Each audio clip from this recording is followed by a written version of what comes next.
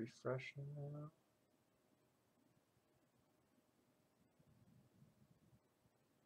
Okay.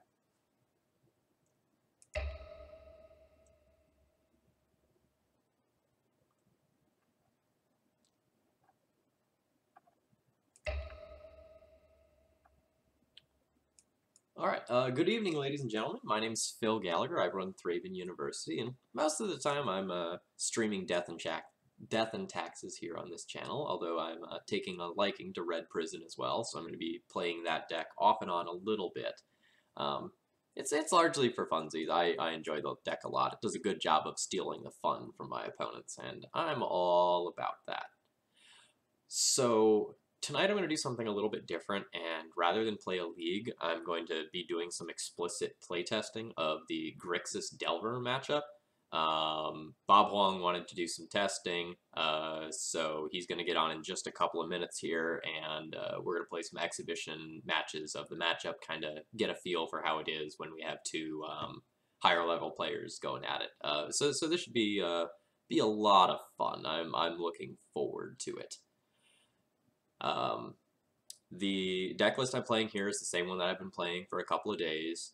The general overall feel of it is very similar to the GP deck list, where it's just kind of stock-ish with some cards built in. I made some small changes, like swapping in some snow-covered mountains versus regular mountains, and I cut one P and K for a third Chandra. I also cut the random surgical extraction in the sideboard for... Sorry, it's Bob.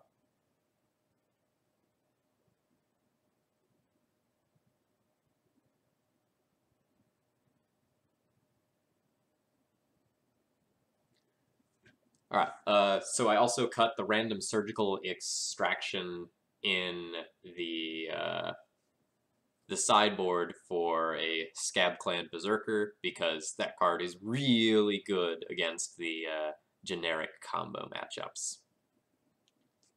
So is this the super secret I can't tell you guys stuff yet? No, that's not. I will be able to tell you what that is on my stream next Wednesday.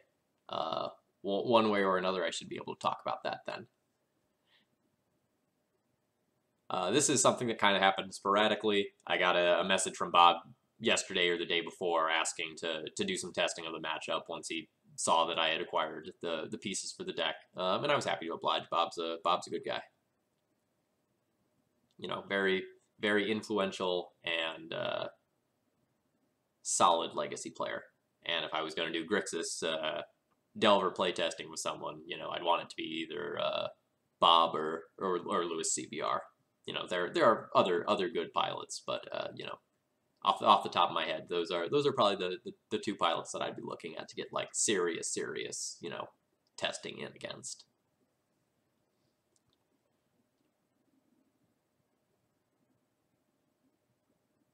And Troll, don't forget Troll, always Troll. We're gonna try to beat Bob with Yu-Gi-Oh! Blood Moons. I got those tonight, so. You know, last time I tried out the white border Blood Moons, and they were pretty strong, but I don't know if these Yu-Gi-Oh! Ones are going to be better or worse.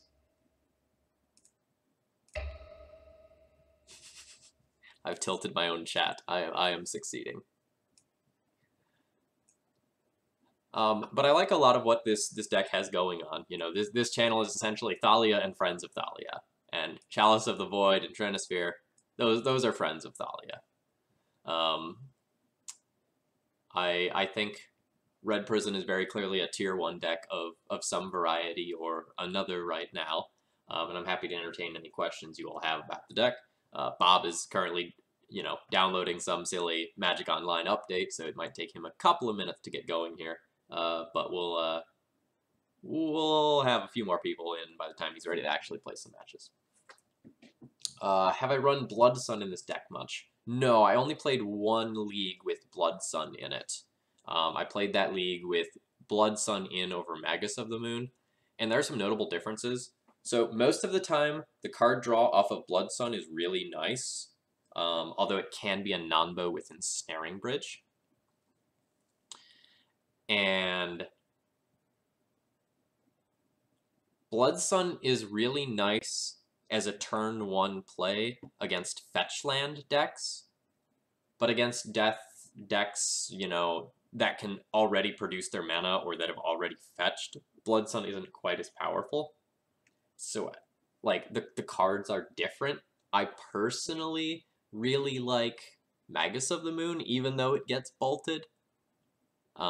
I feel like it shuts the door harder than Blood Sun does in some instances, but in the instances where Blood Sun is better, it is a lot better, and the cantripping ability is not to be, like, overlooked. This is a deck with minimal card draw or card manipulation of any kind. Like, previously it was just like the 4 Chandras as like your really only way to draw cards. Now we get some Karns as well. So the cantripping aspect of Blood Sun is pretty good as well. So I think both of those are very viable. So we're going to be playing against Grixis Delver tonight. We're going to play against Bob and see how many times he gets us, despite, you know, our deck probably being pretty good against his. But the matchup is not free by any means.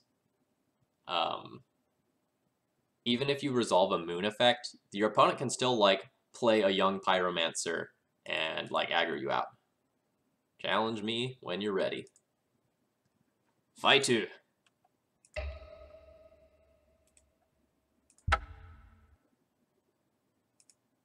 Red Prison. Format. Legacy. Yeah, Karn has been awesome, Moxall. I've been super impressed by that card.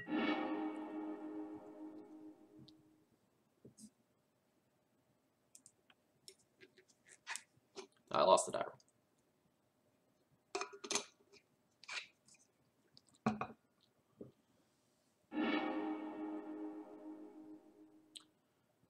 Turn 1 Chalice, and turn 2 Chalice, and then turn 3 Blood Moons for days. Keep.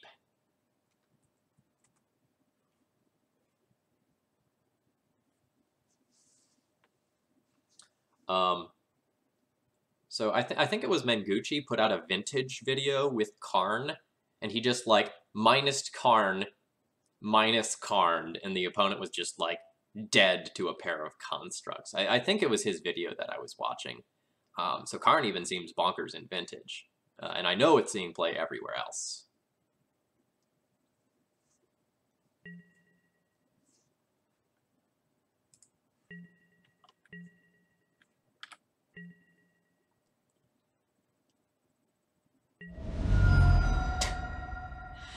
Oh, geez, that sounds gross. Just like Karn minus, new Karn minus.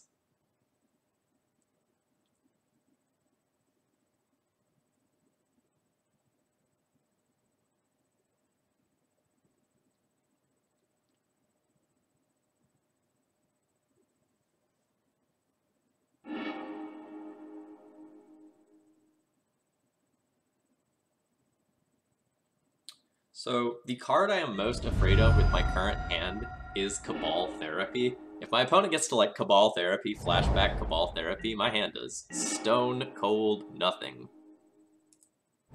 Even less stone cold nothing now.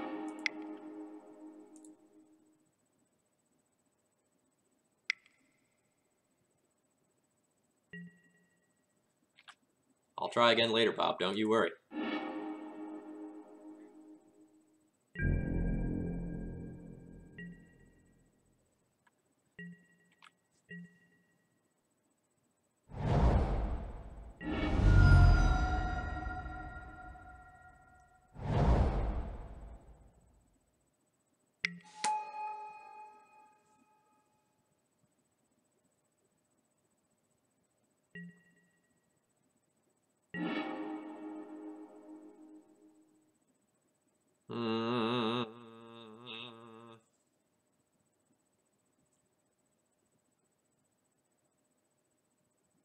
If I just Moon now, then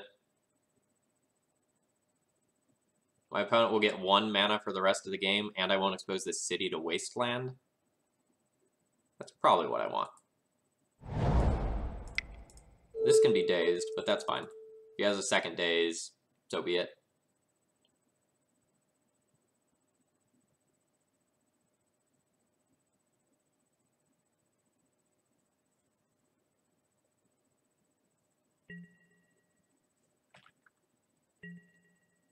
So against Grixis Delver, once the moon sticks, that is it. It is there forever. There is no way to take that off the board.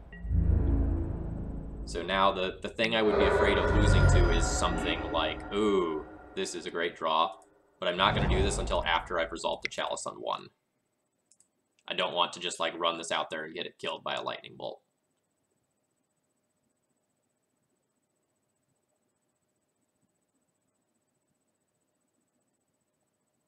Yeah, our draws off the top have been very good here.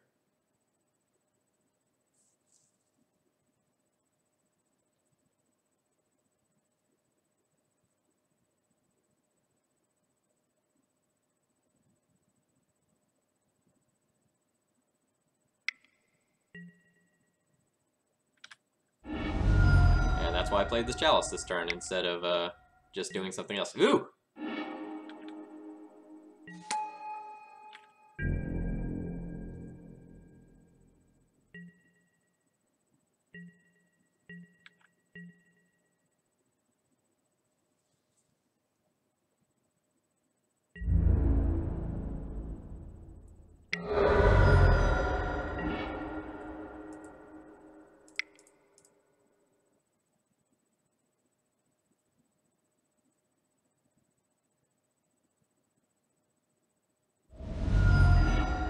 Ooh! Bob is putting up a fight. He'll get to poke me 11 more times with this Deathrite and get me.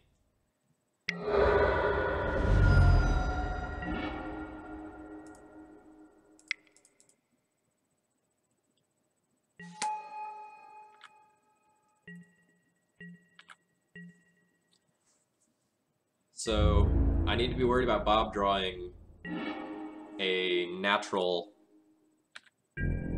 young Pyromancer.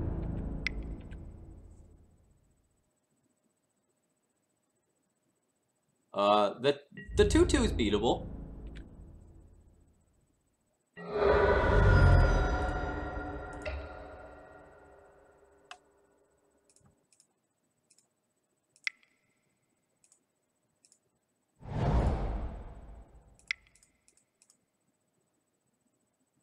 This probably does it, though. So this means he can't resolve Young Pyromancer anymore. So now he needs to Gurmag Angler with his 1 Misty Rainforest in order to have any shot.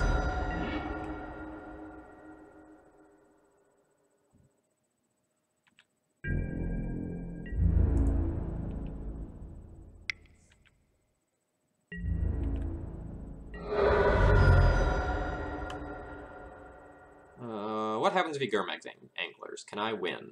I probably cannot win if he Gurmag Anglers. Well, it's much harder for me to win if he Gurmag Anglers. So I should probably just, like, sweep the field, get rid of this Deathrite Shaman, and then, like, any stupid card I play can just kill him. I think that's better than just, like, doming him to the face and putting him on a 2-turn clock. No, Deathrite Shaman.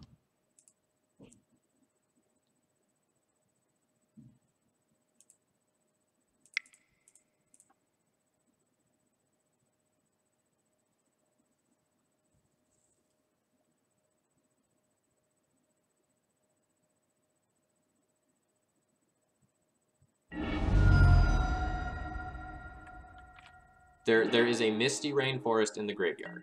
So my opponent can still, like, tap Deathrite once in order to get anything.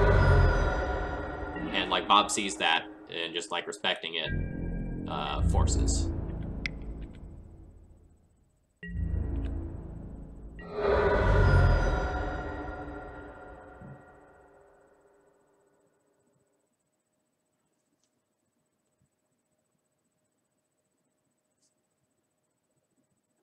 And I'm still going to make the same play I made last turn.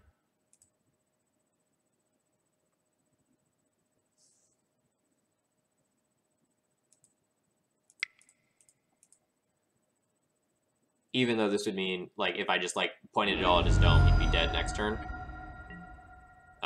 He just, I don't think, can win now. Like, there should be no outs left, right?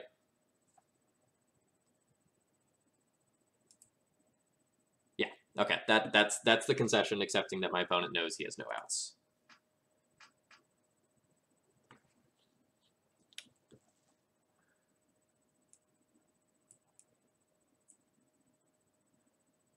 So in my notes I drew up for myself, I'm going -4 Rabbles, -1 Confluence for 5 removal spells.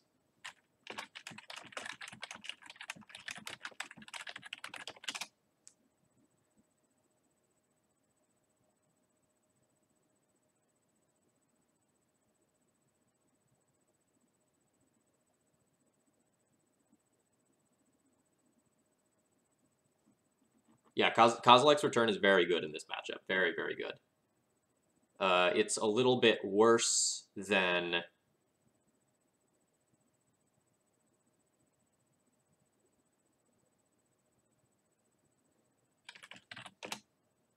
It's a little bit worse than Volcanic Fallout for this matchup specifically, since it can be boarded, or excuse me, since it can be countered.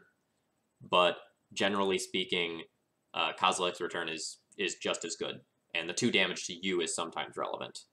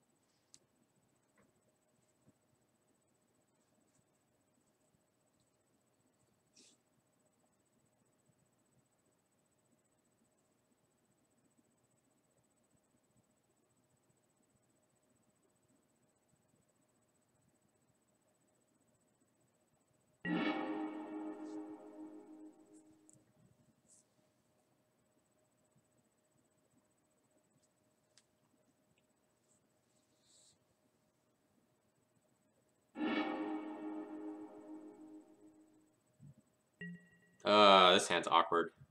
I mean, I'm keeping it, but it's awkward. What I do with this hand is entirely dependent on what my next card is, because Hazoret and Ensnaring Bridge is an awesome combo in this matchup, but Chalice and Blood Moon are the most important cards to stick early on, and I'm definitely going to Chalice on 1 unless I draw a Soul Land.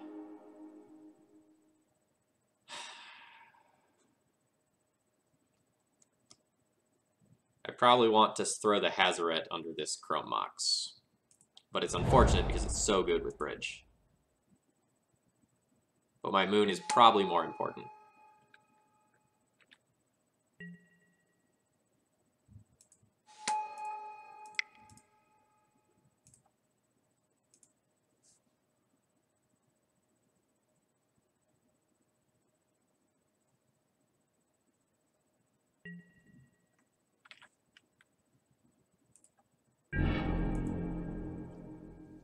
That's okay. I'll try the Chalice again next turn, or potentially Blood Moon.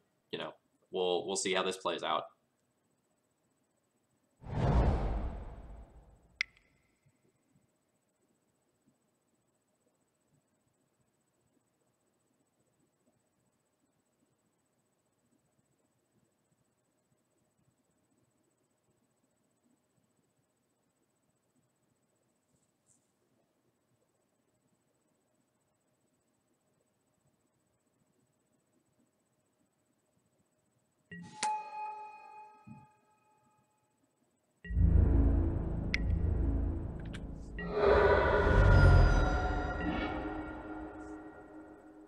Not the best draw there.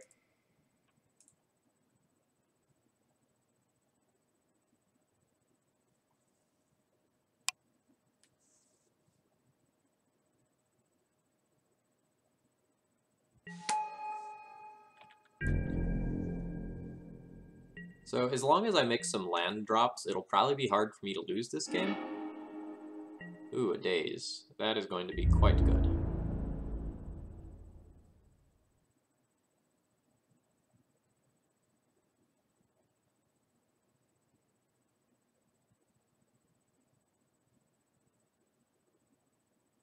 It taps for nothing killing form if you exile a devoid card. Gonna need a land.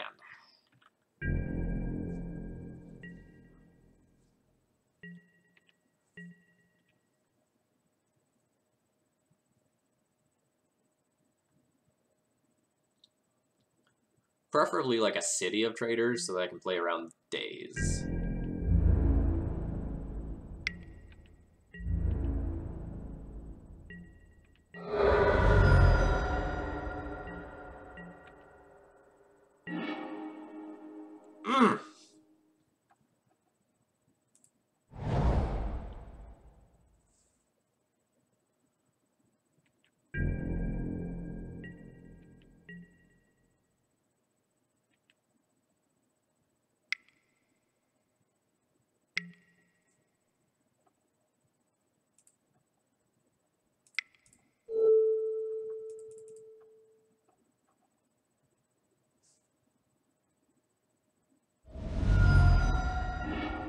Daggers.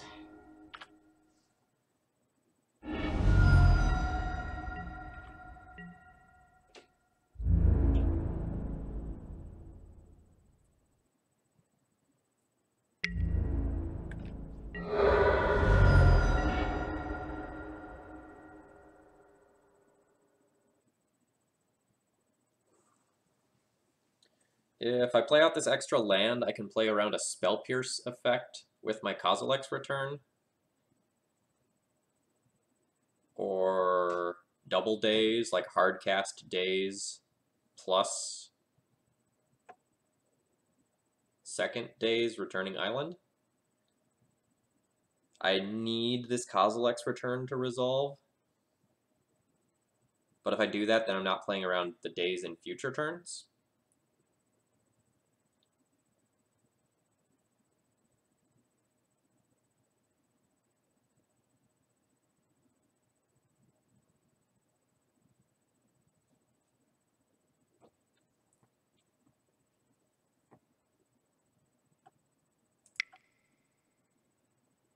I think I lose if my opponent has Spell Pierce or Double Days, and I don't take this opportunity.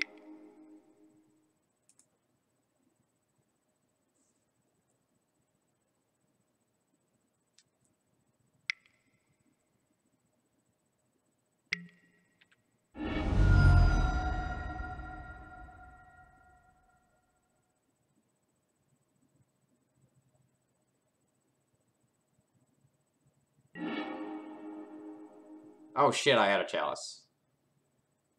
Yeah, okay, so Spell Pierce wasn't in the conversation. Double Days was, though. Thank you, Lauren.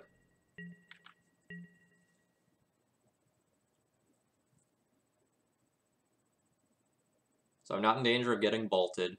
I'm afraid of young Pyromancer right now. And that's probably Bob starting to fill his graveyard for a Gurmag Angler. So I'm going to cast this bridge, which he probably has to daze if he wants to win with Gurmag Angler.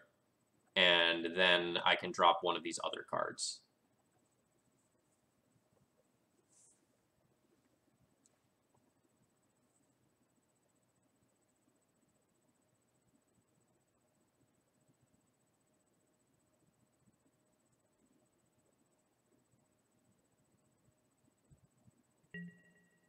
Yep.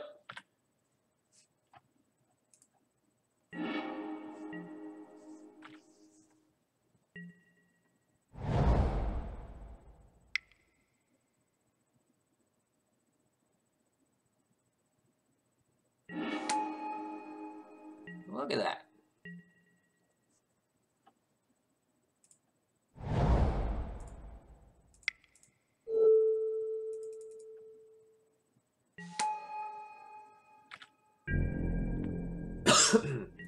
So now we're afraid of, like, land and Ancient Grudge.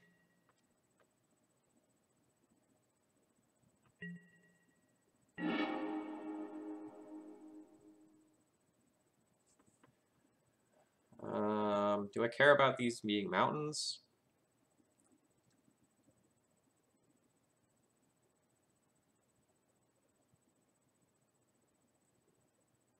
Not really.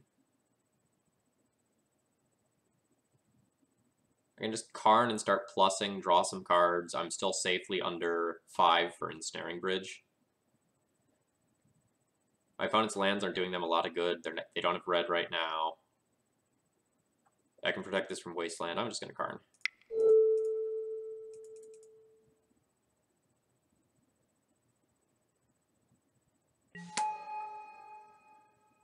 I think I'm going to Karn plus.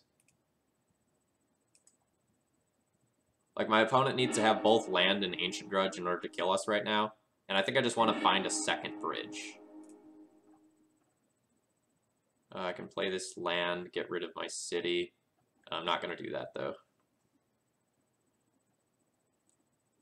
Then I can have 6 mana next turn, deploy 2 different cards. That seems fine.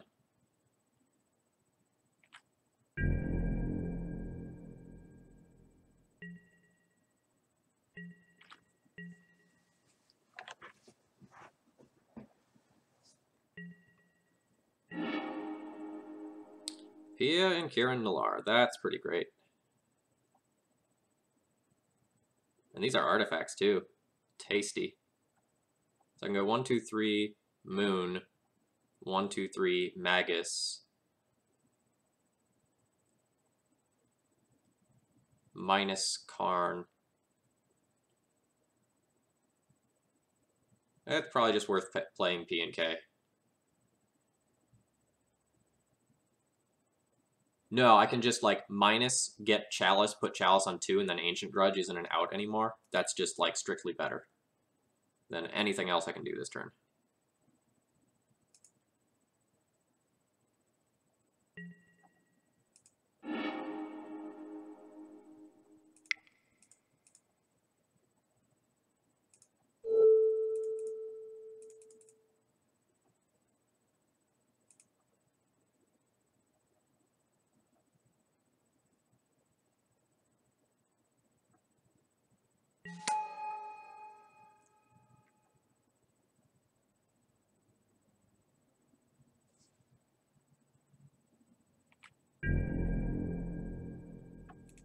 Oh, wait. No, never mind. I used Karn to minus to get the Chalice. Thought I was being dumb for a second.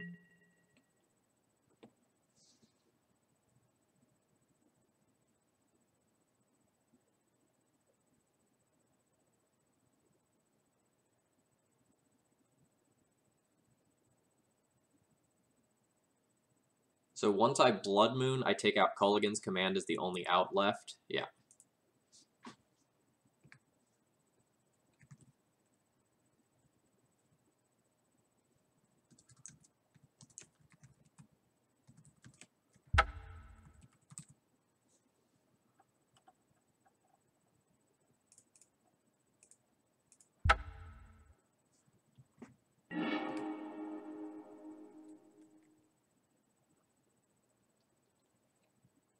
All right. On the draw again. Count taxes for the win. Confirm or deny you are a fan of the card Thalia, Guardian of Thraben. Confirm. This hand's garbage. Like, it has a bridge, which is nice, but if this gets countered, my hand does nothing. I also have, like, no real good initial lock play, so I mulligan this one. This hand's awesome. Turn 1, Chalice. Turn 2, Magus. Turn 3, Bridge or Karn.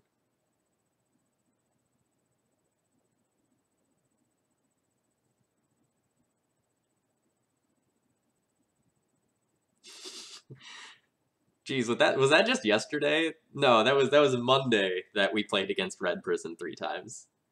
Valimar's, I bought the stuff for this over the weekend.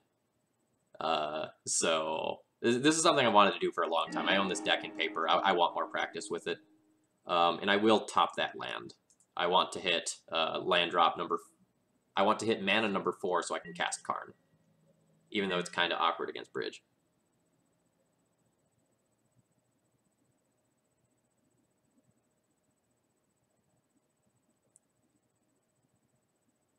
My opponent chose not to play first.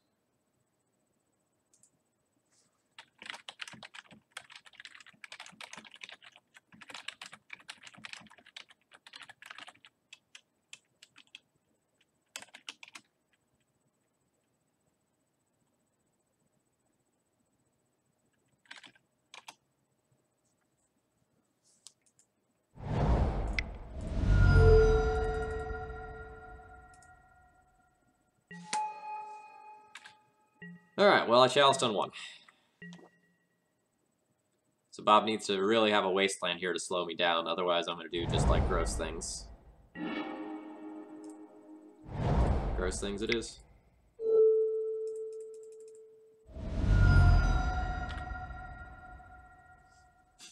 Is it gonna be Moon University from now on? No. But there will be more blood moons on stream than usual. That's for sure.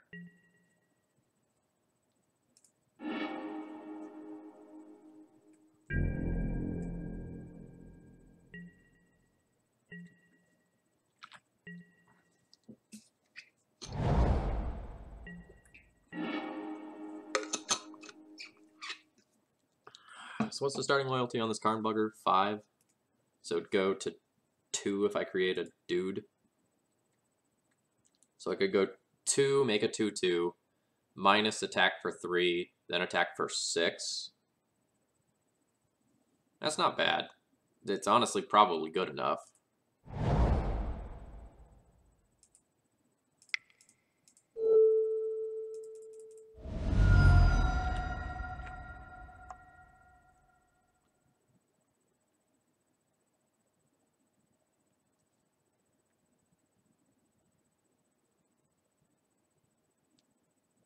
I'm doing quite well. Ooh, another daze. This daze is pretty good.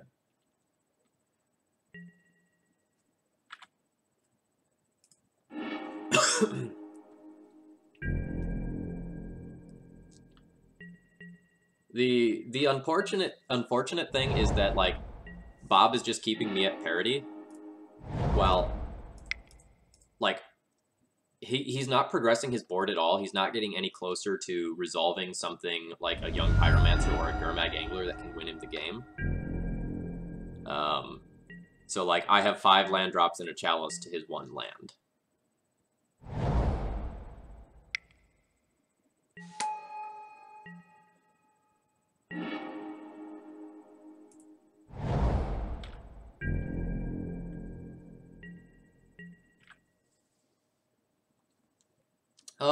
I've never played Dredge on stream. I've played the deck in real life a little bit.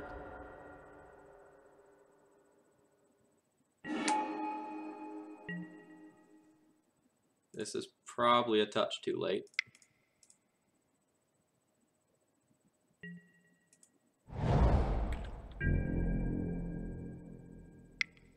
So this is just going to be creating another token in order to shorten the clock. So now it's 4 damage, it's a 3-turn clock.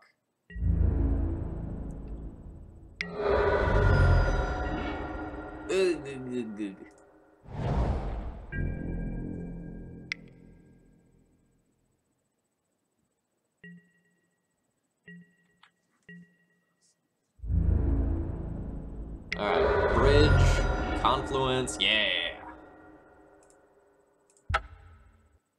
1 damage to each creature, 4 damage to each opponent.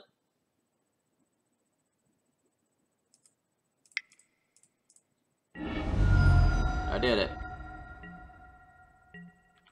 So now he needs to draw another Pyromancer before I draw anything that matters.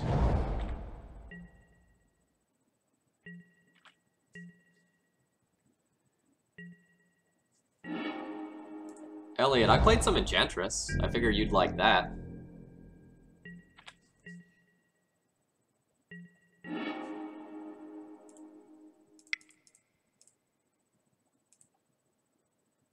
So this needs to be countered or the game is over.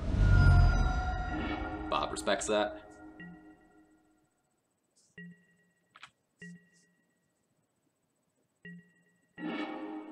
Parents!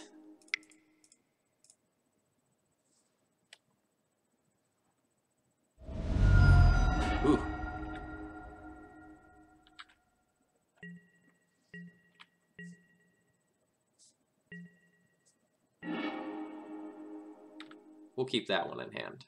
That'll be our little secret chat. Hide a little Chromox here in the corner.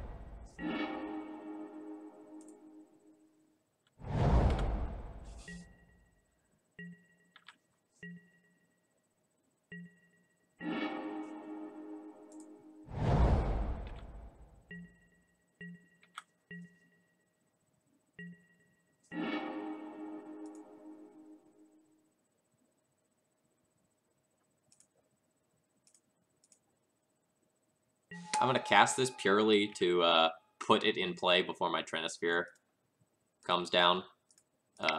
For, like, Karn reasons, it might be nice to have another artifact in play. Where's that Banefire? Banefire would be decent here.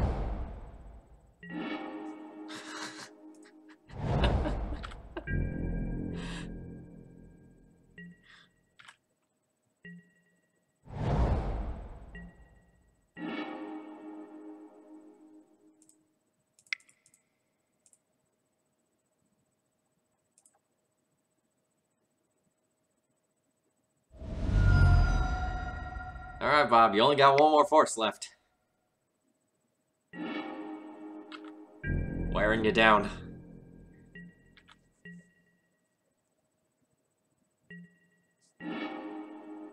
Chandra Nalar in Legacy when? I'm playing P and K. I'm playing the good Chandra. And I'm playing Karns. Oh no! Oh no, he found it! Uh-oh!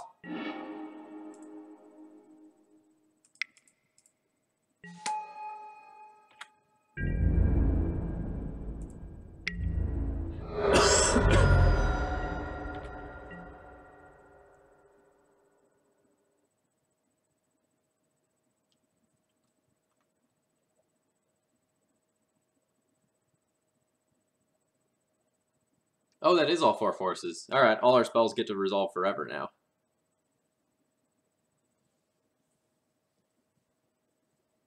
So now Bob is going to need to draw... Oh yeah, 100% I accept.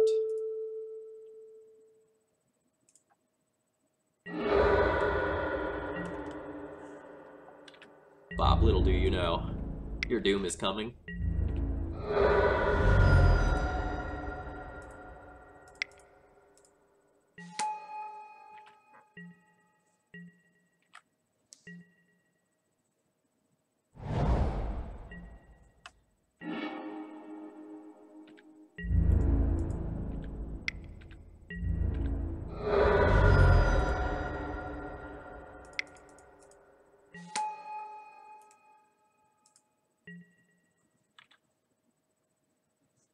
I did it.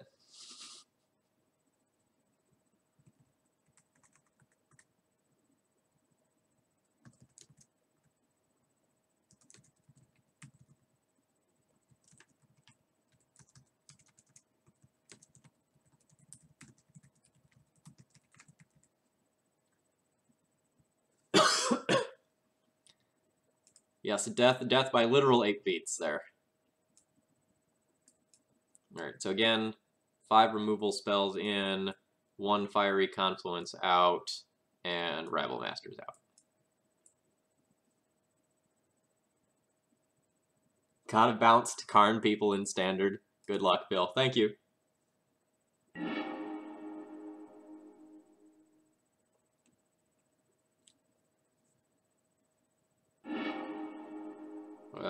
This does not produce enough mana. This only produces 1 mana. No good. I need 2 manas to do anything that matters.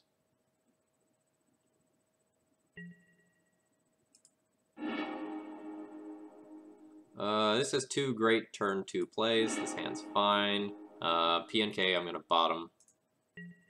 It's a fine card, but it's not what I need right now. That's pretty good. Unclear whether or not I'll just jam a 3-drop on turn 2, or whether or not I'll wait to play a Snow-Covered Mountain first.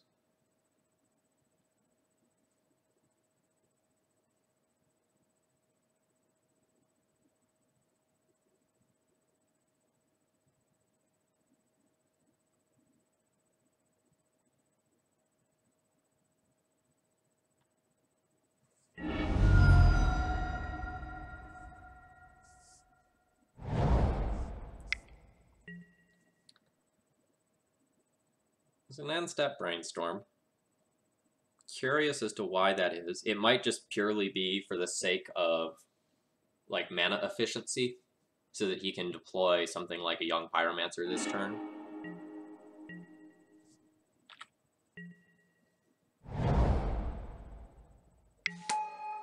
Grim Lavamancer. That ain't bad.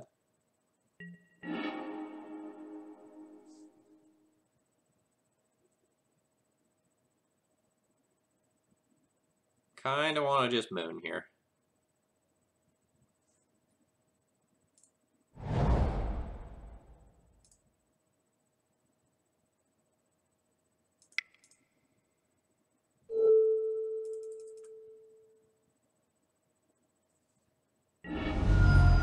Alright, this is where I see if Bob's playing Island. Not playing Island. Ooh, or there's a Spell Pierce.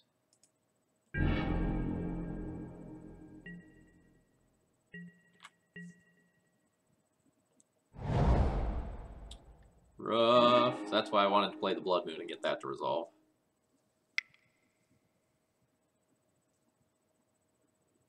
Ooh, is that big fish time? Big fish time would be rough.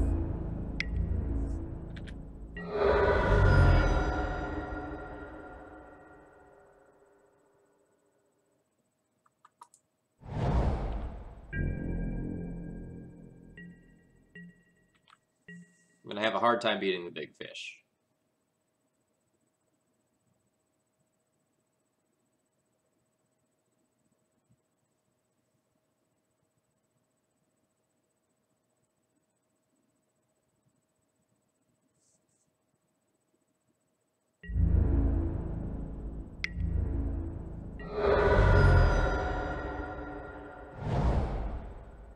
Ah, the island is in hand.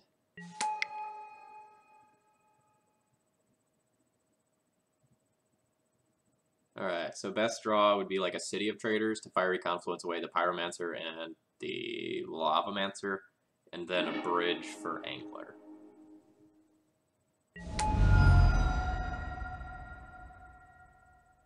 I am dead in 2 turns to board. Almost 1.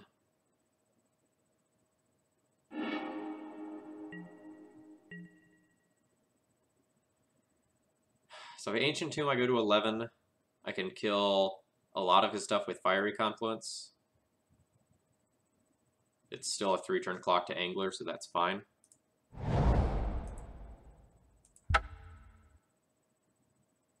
Alright, 1 damage to each creature, 2 damage to each opponent.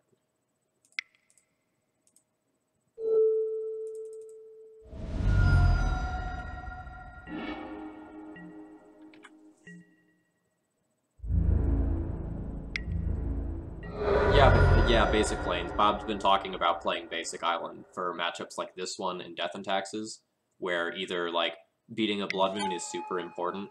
Ooh, that means I can't just, like, free roll bridge, get easy win.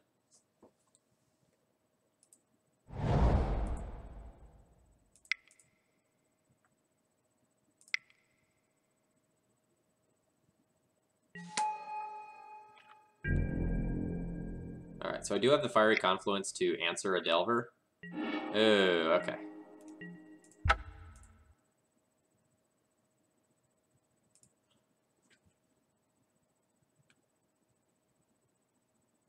Alright. So game 2, lost to Gurmag.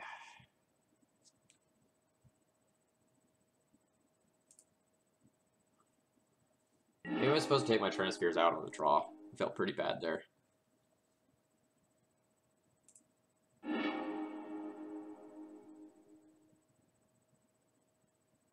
Turn 1 Chalice, turn 2 Blood Moon, playing both around days. Okay.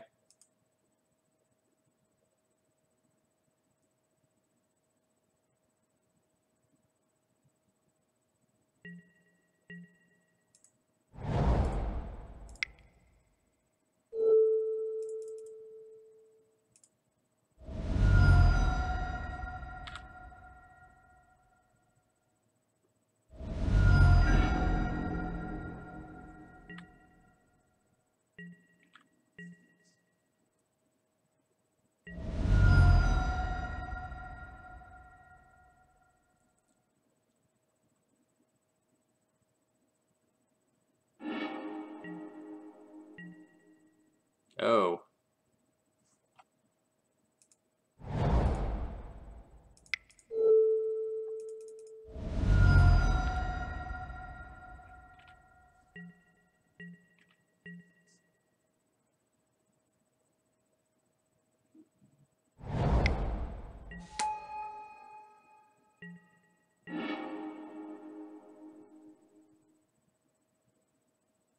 Do I just, like, use a sweeper on a Grim Lavamancer? I guess so.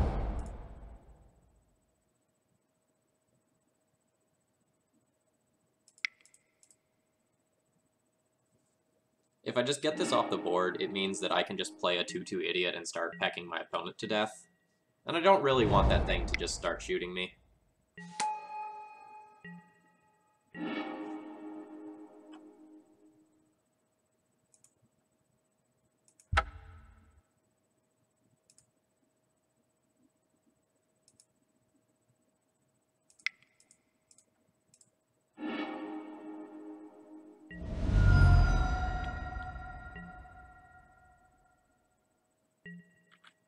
Gataxian Probe is a very good Magic card.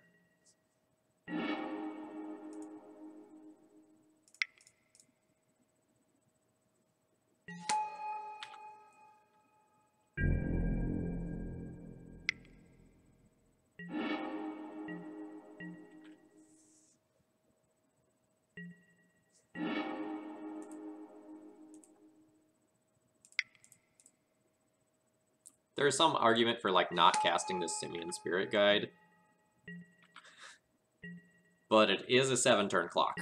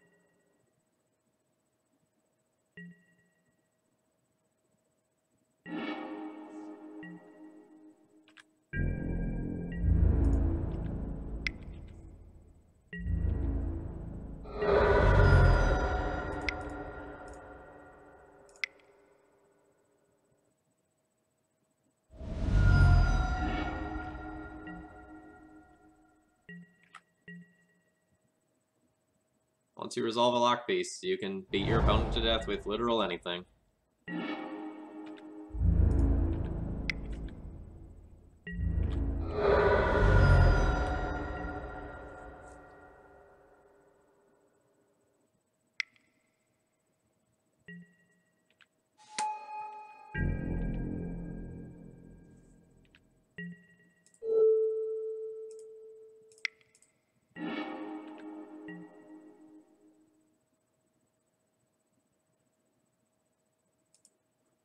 I did it again.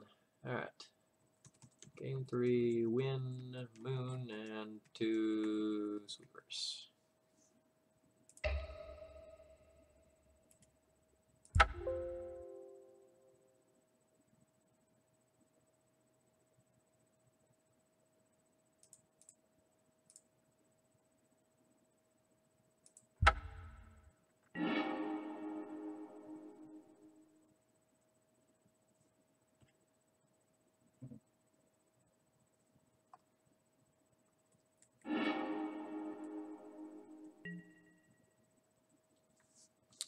So what does this do?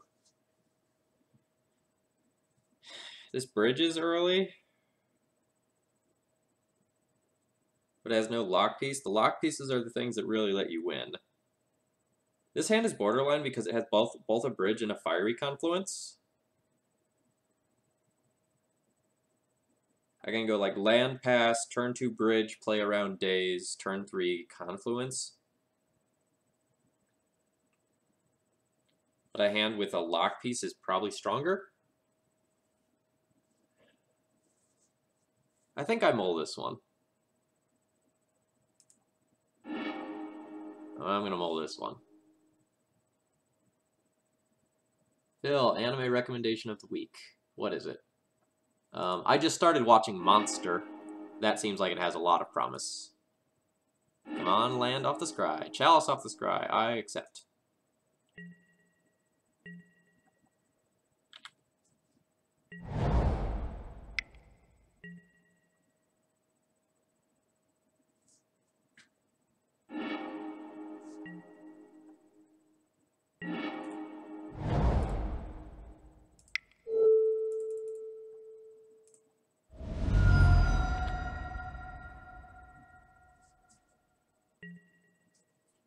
Yeah, the new Steins Gate is awesome.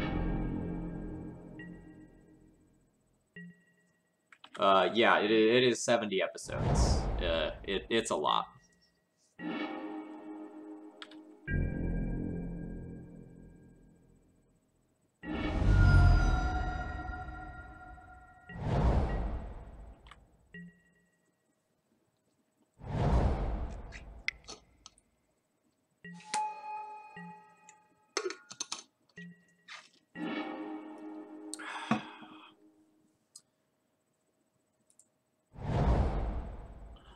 Ow.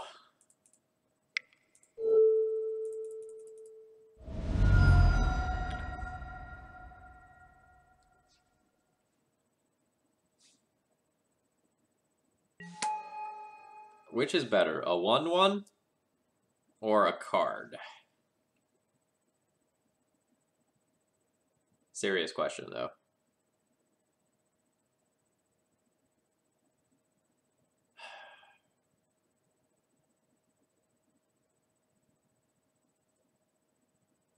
Kind of want a 1/1 to wall the Pyro, but it's the same amount of damage that Karn would be taking from it.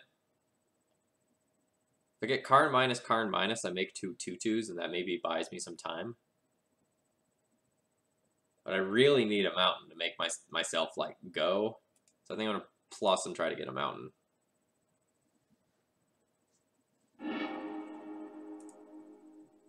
Ugh.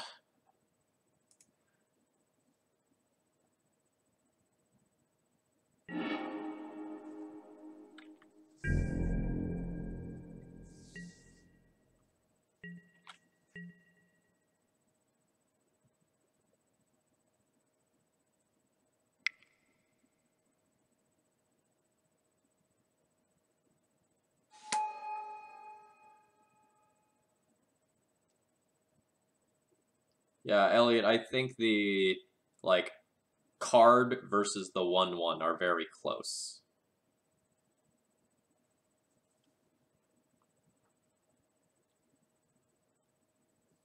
I think I need the card, though, because if I can just start sticking Rabble Masters and creating a bunch of tokens, I might have the ability to race this young Pyromancer. But since I'm on a double Ancient Tomb draw, my ability to otherwise do so is very low.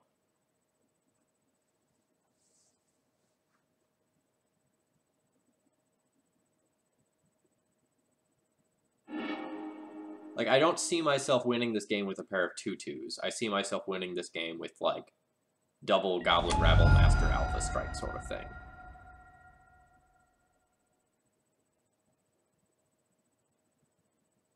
Basic planes, do you think I can jam Trinisphere when my life total is so low? I don't. Like, you have more experience playing than I do, but I don't think I can afford to Trinisphere.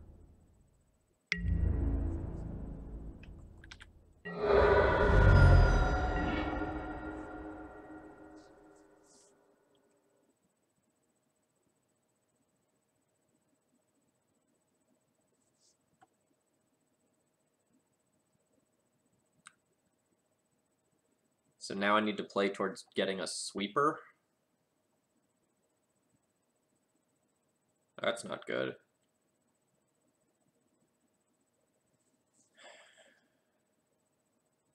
I think I'm just dead this one.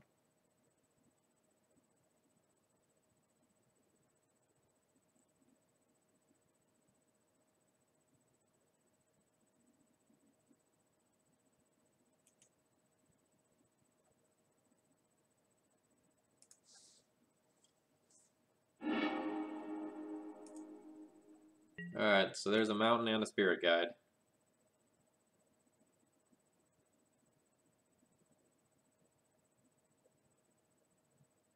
I guess I can go this land, tap this, exile this,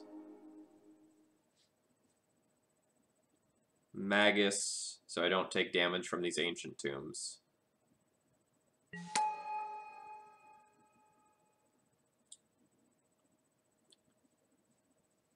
I could have gone a little less aggressively protecting my life total, taken 2, like floated 2 with an ancient tomb, hoping that this resolves, then tap for 1, then play a rabble.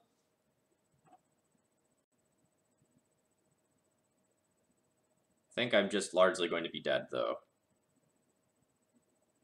If my opponent has anything like a bolt, I just don't beat it. Yeah. 3, 4, 5, 6, 7, 8, 9.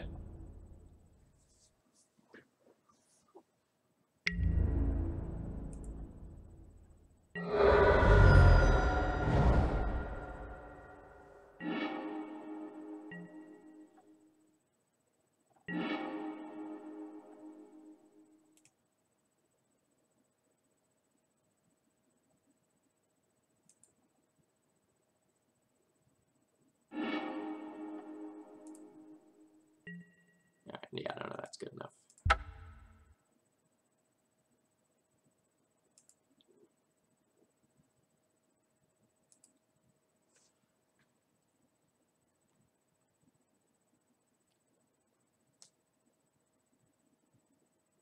Alright, so I was on the draw and I lost.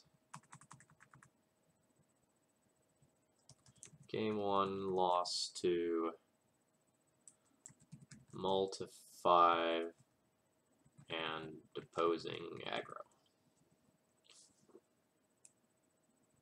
Alright, so same boarding. 1 confluence out, 4 rebels out.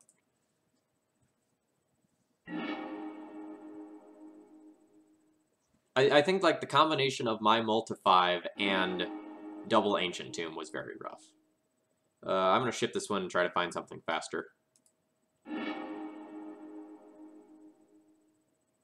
This is also unplayable.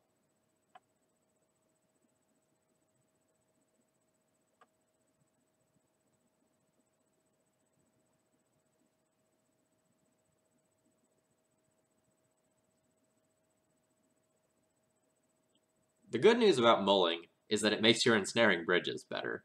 So there's that.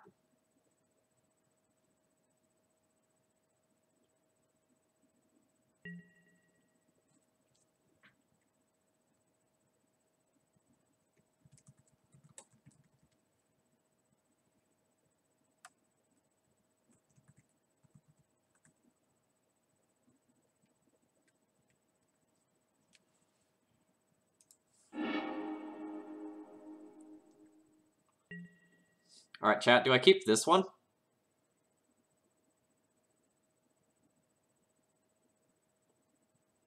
I'm a land away from turn 2 Magus. I guess. This is terrible.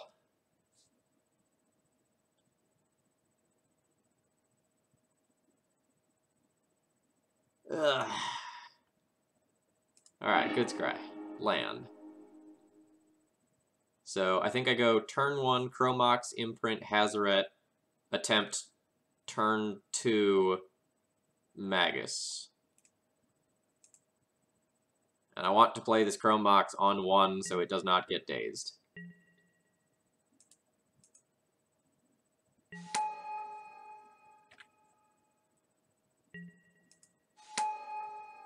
Oh yeah, I don't know what the better 4 is. It's like Ancient Tomb, Chalice, Mountain, Blood Moon. Like, it's gotta be like perfects to be better.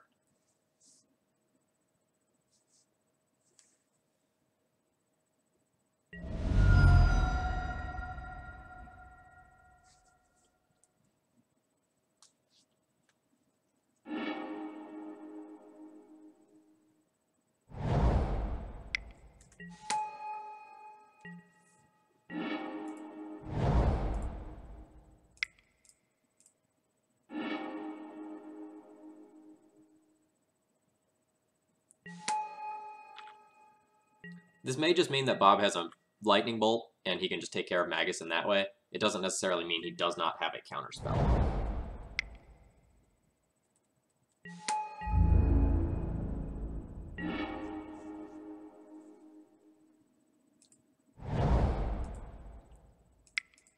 %, jamming this here.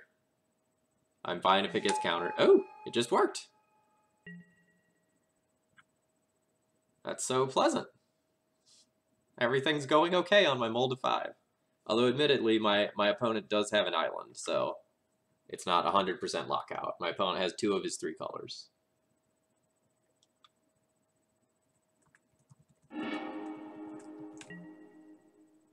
Alright.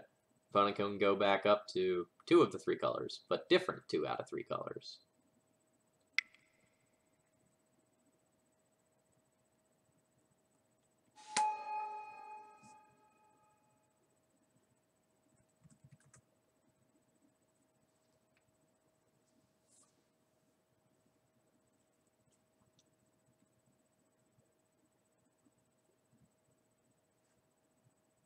So the annoying thing right now is that if I draw 4 drops, they're going to get stuck in my hand.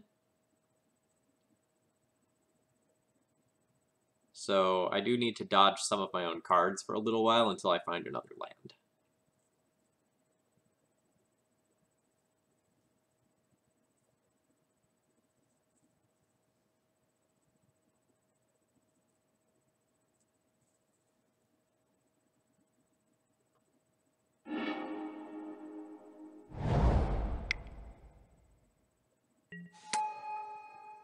Okay. Ah, that idiot. Joke's on you, Bob. No black mana for you.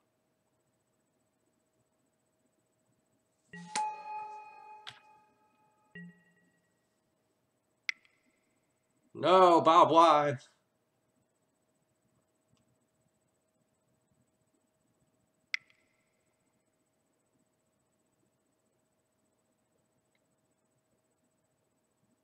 That's what the sideboard trading post is for. Oh man, we forgot that today. It's attack against Delver because it gains you life too and produces goats to jump block. How do you beat a stream of goats, Gurmag Angler? That's the real question.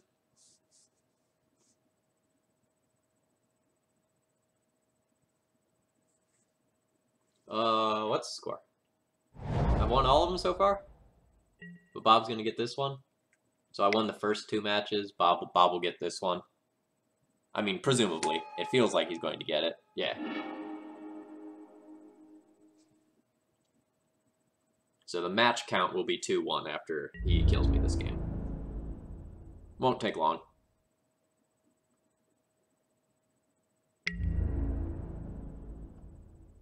I think Bob misplayed here. I think he was supposed to, flashback Ancient Grudge on Chrome Mox.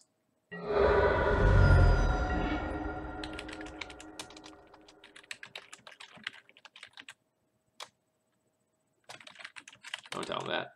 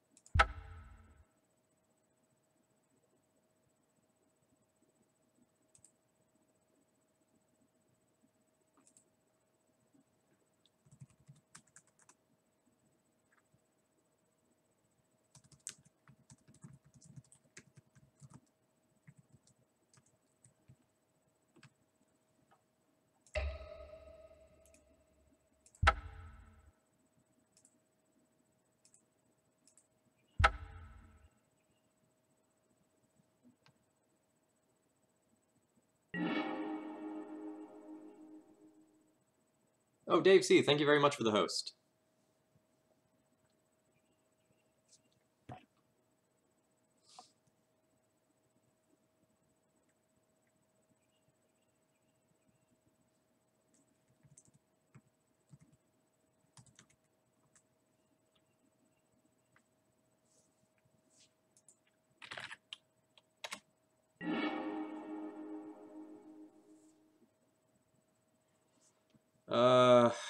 turn 1 Chalice on the play, blind. Yep.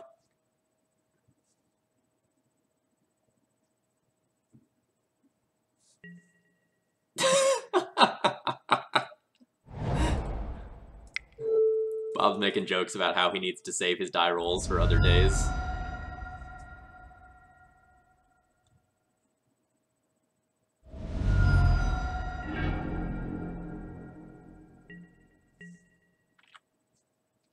Oh yeah, I'm definitely keeping like a turn 1 nothing else Chalice hand blind. Like it hoses so many decks if it resolves.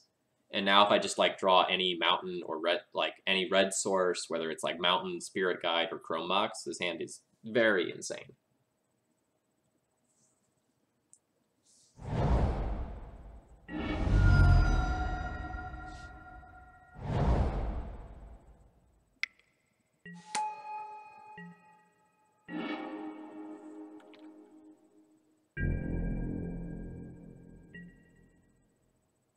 Alright, we gotta get Delver this game. I'm just gonna throw that out there. Fuck, we're getting Delvered. At least the Delver didn't blind flip. Ah! One turn away from glory. Alright, so City of Traders is now the best draw in my deck.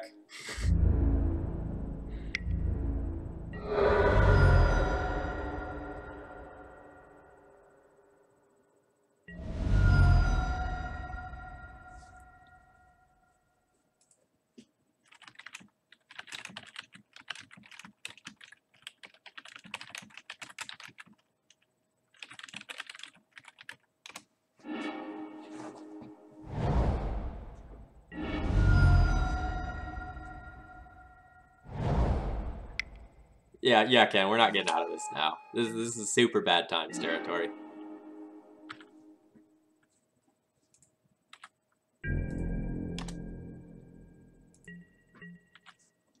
I need to draw, like, City of Traders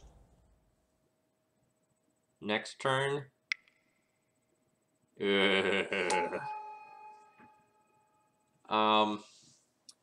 So my opponent names Bridge and Rabblemaster, I guess, and just, like, lets me keep the Blood Moon effects.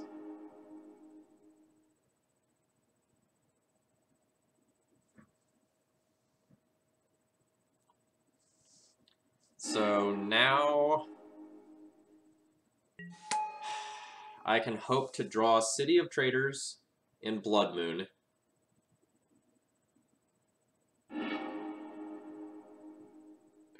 Can I draw the Snaring Bridge after that? No. I'd just be dead to board.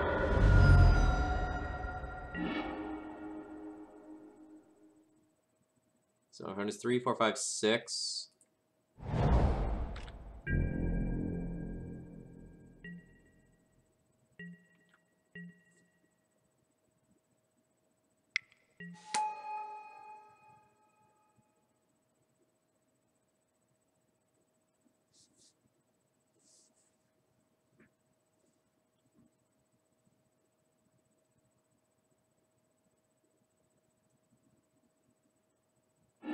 So I can't beat any counterspell. I probably just, like, can't beat this period. I'm trying to, like, think up a scenario where I draw something that lets me win, and I can't think of it. But since it's one more draw, yeah, so this is not good enough. The Delver just killed me. Alright. So I was on the play and I lost.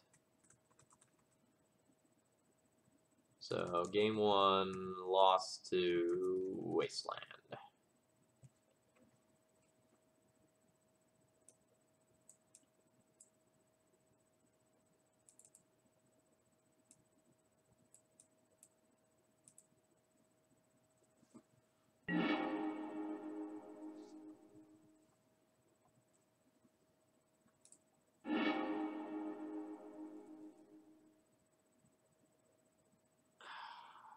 So turn 2 Magus, turn 3 Bridge.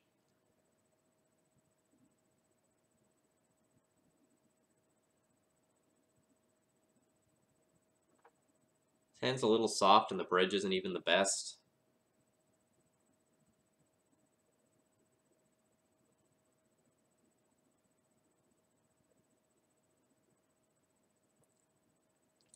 This hand might not be good enough.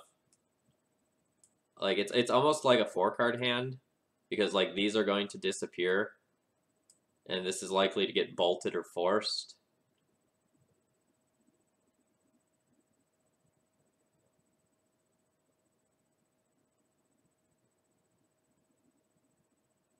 I think this one actually goes back.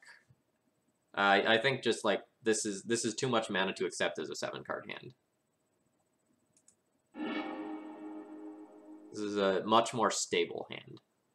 Hey Phil, have you ever played against a standard deck and lost with a legacy deck? Yeah, standard decks are good against legacy decks, generally speaking. Like, unless you're a combo deck, if you're any sort of control deck, I'll top that.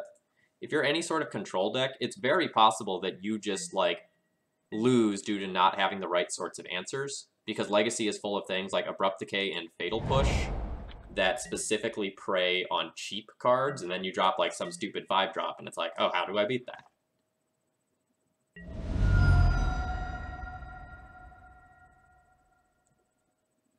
Yeah, so, like, if you just, like, casually sit down to play a game against your buddy and they have, like, a modern or a standard deck, sometimes, like, you just won't have cards to deal with them, and you die. But if you're playing something like Ant or Show and Tell, then, like, you have so much disruption that it's whatever.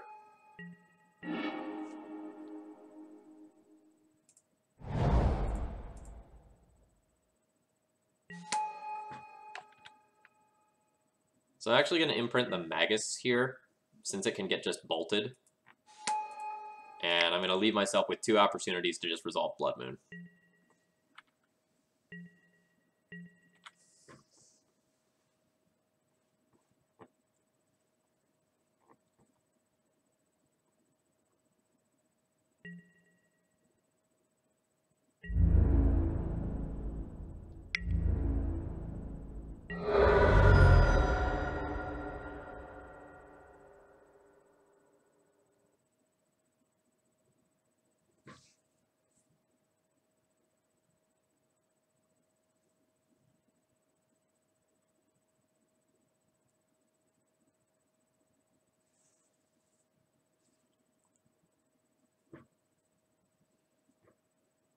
What is this pause? Is this pause, like, do I hold up a Spell Pierce or do I cantrip?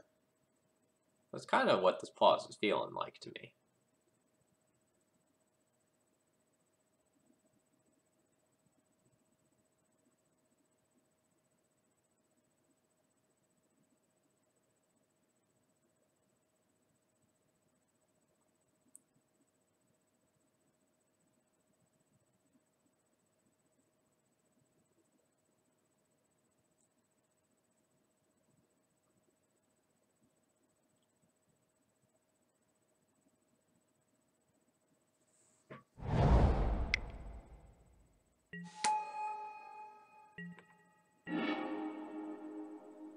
So I think my opponent has Spell Pierce, so I'm going to take this opportunity to try and resolve Ensnaring Bridge.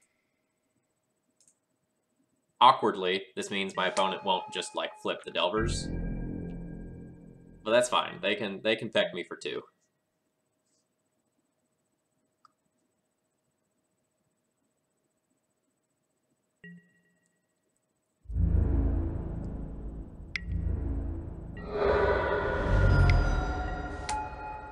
Still more Delver. That Fiery Confluence is going to be gas later. I don't just, like, die to 3 power worth of, like, blue 1/1s.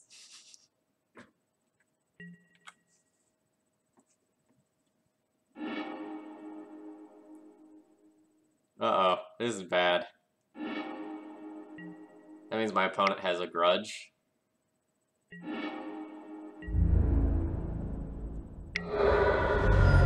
Land. Crap. Dead.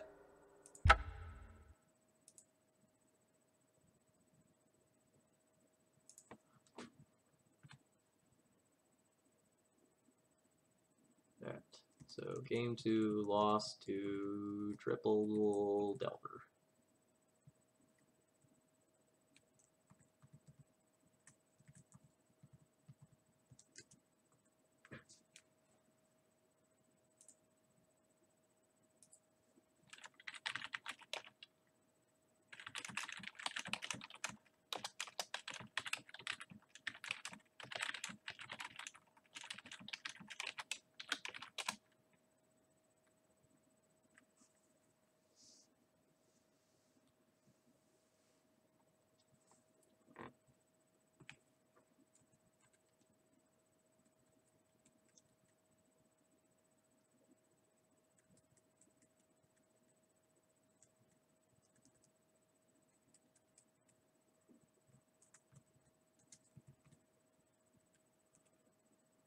Okay, so let's kind of recap those games against Grixis Delver. In the first two games, I felt like my hands were good, and by good I mean my openers contained these 12 cards. And so in the first two matches, like we just kind of like rammed like Chalice into Moon or Magus, and those were taking games very easily. In the second two matches, I mulliganed a lot more. Like I didn't keep track, but like in the third match where I lost twice in a row there, I mulled the 5 both initial games. And then in the fourth match, I think I mulled the 6 twice. So if you have very good like opening hands, it's pretty hard to lose against Delver. Like it can still happen. The deck is still very good, but it makes your life a lot easier. So like if you're looking to beat Delver, like these are the cards you want to have in your opener. Like a lot of the rest of these cards are good. You know, like the bridge is something you'd like to draw a little bit later on. Same with like Karn and Fiery Confluence and Chandra. Evening, JB. Or sorry, JD. Well, that didn't take as long as I thought it would. So I'm gonna take a quick break. I'm gonna run to the restroom and then like change the stream header, and I'll run Red Prison through an actual league. So we batted 50-50 against Bob. Matches felt pretty good though. Like I definitely felt favored there, and I feel like I asked a lot of questions of him that he had to answer or he lost. All right, I'll be right back. Need about 2 minutes.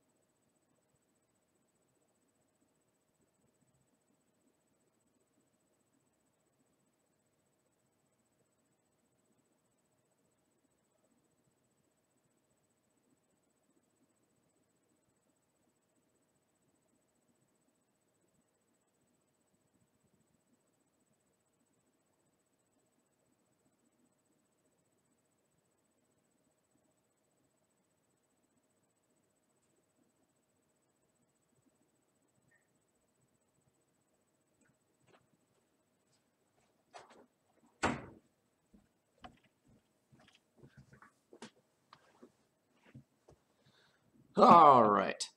Folks, give me about 30 seconds to just, like, change my stream heading since I'm not playing against Bob anymore. I don't want to falsely advertise that. That was fun. I enjoyed that. So, chat, while I'm doing some typing here, I have a question for you. Would you enjoy seeing more exhibition matches like that in the future? Either with like D&T or Red Prison or some other deck versus another good player of some deck?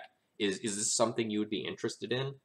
Because this one kind of happens sporadically, but I can organize this a little bit better and announce them more ahead of time, if this is something that you're interested in.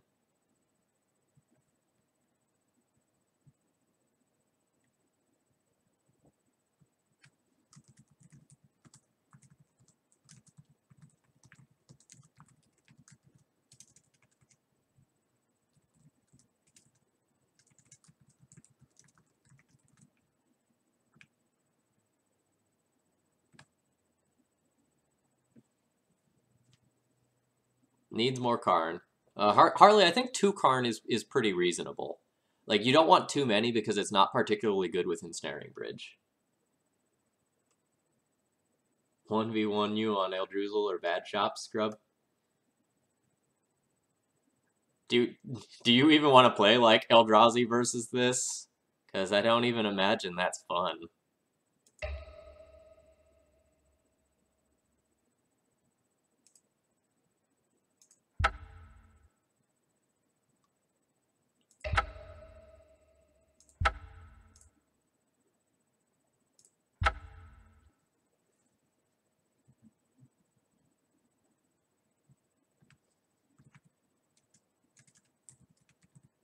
Yeah, but I wonder if that's, like, you not dropping games against, like, other Taxes players. You know?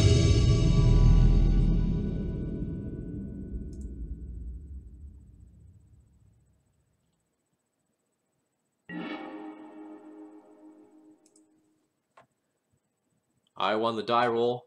I have a turn 1 Chalice. I like my odds of winning. ACDC 2763. Do I know anything about you? I don't. So, keep.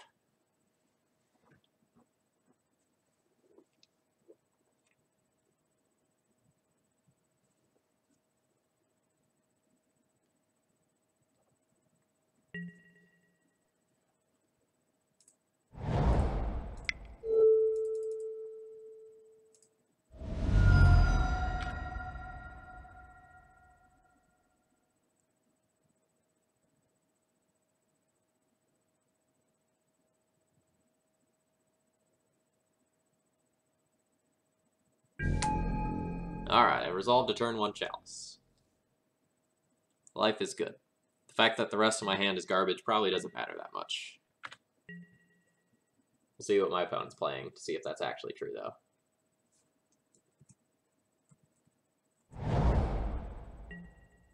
Alright, Chalice is good against any deck playing Polluted Delta. Do I want to play this bridge right now? If I do, I play it into Daze, but if my opponent is playing something like Reanimator, I'd really like to resolve this.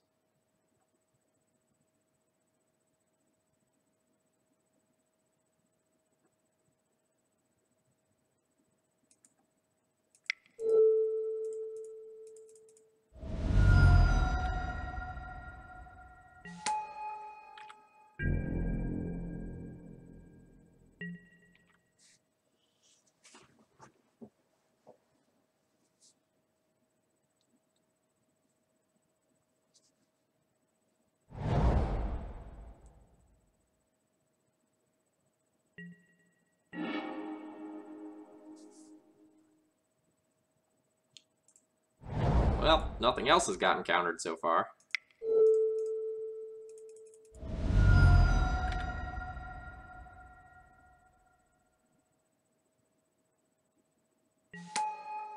Okay, so if I minus, I make a 3/3 idiot that can start attacking.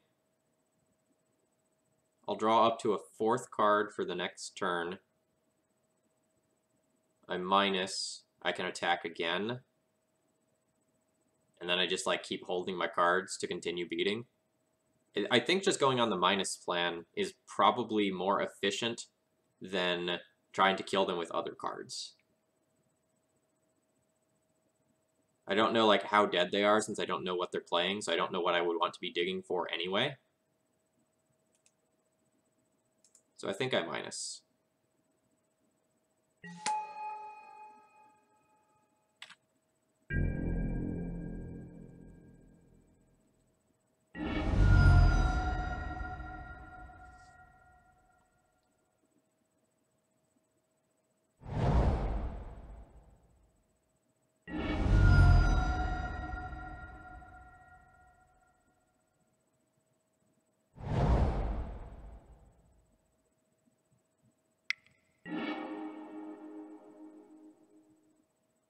What is my opponent playing?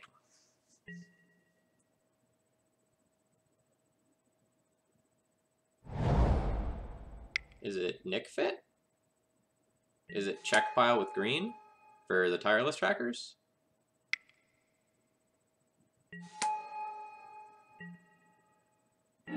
Allurin or food chain? Okay, those are reasonable guesses.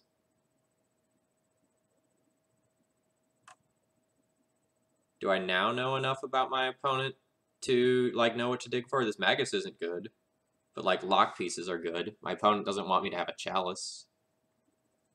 Since my opponent has this Strix, I'm not on the aggro plan anymore, so probably plus Karn now.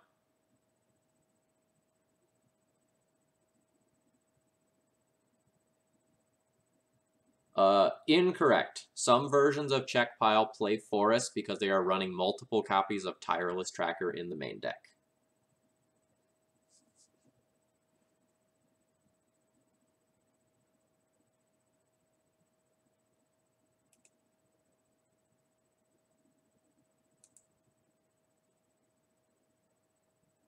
I'm gonna just try to find like some disruptive elements here.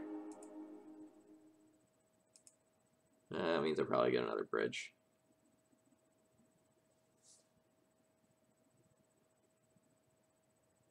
Yeah.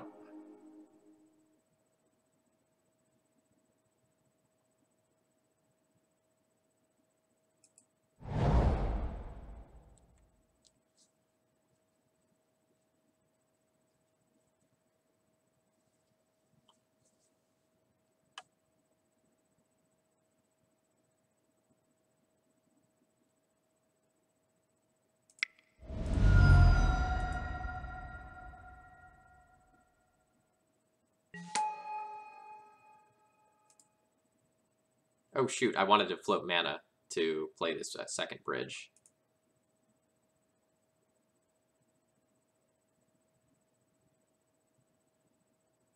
Alright, I derped on that. That's on me. Micro error, I cost myself 2 life and a little bit of tempo.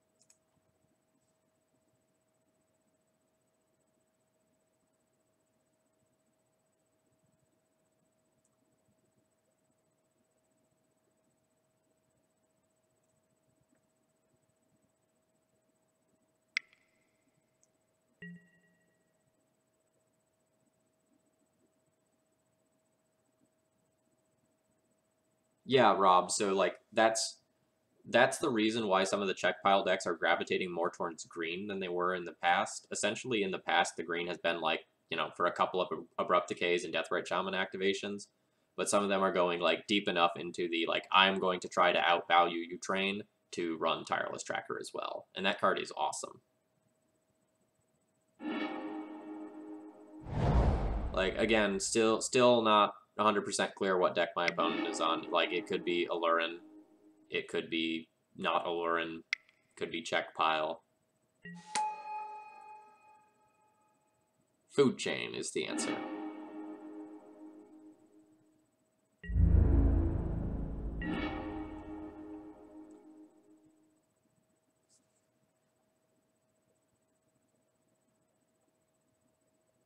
I could minus my Karn again, crash in for 6.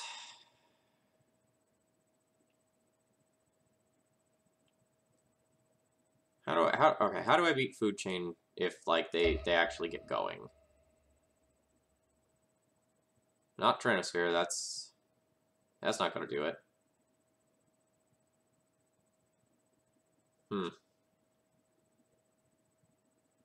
Scab Clan Berserker. It's non-creature. How do I win? Do I just like switch gears and try to aggro out? And just like admit that my own bridges are awkward?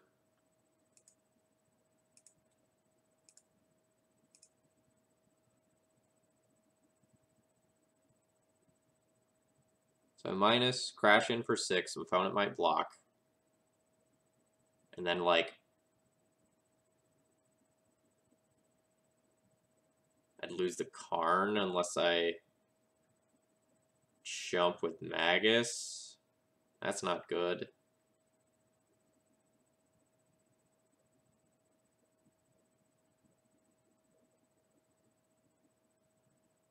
Alright, Karn plus it is. Try to find another value card, like a Chandra that can just like kill my opponent quickly. Still got all these Chromox.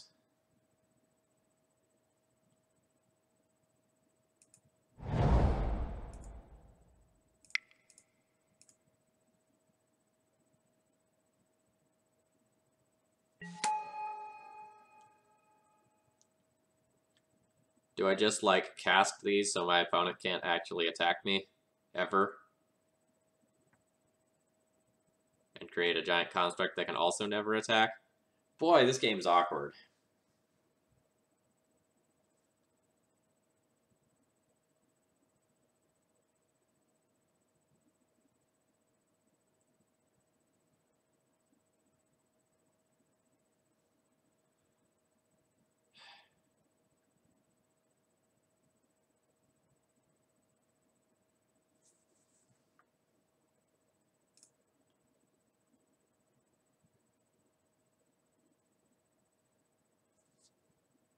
If I just cast these, then my opponent is forced to either like Deathrite drain me out or Walking Ballista me out. And I'd really like to keep this Karn alive. If my Karn takes a bunch of chip damage, then Ballista can just finish it off. I don't want that to happen.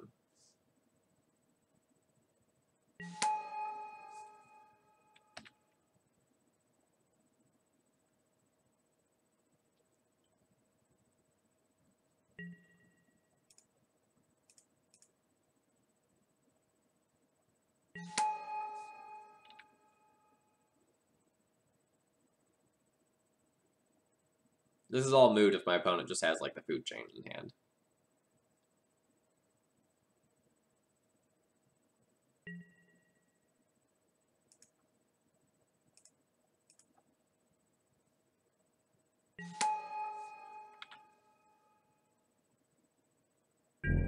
I don't know that this line is correct.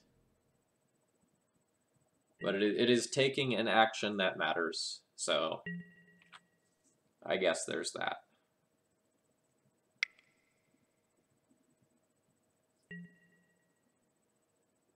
Yeah, if my opponent has like a Griffin or an Eternal Scourge, I am now just dead. Yeah, okay. That's fine. I'm not going to make my opponent click through that.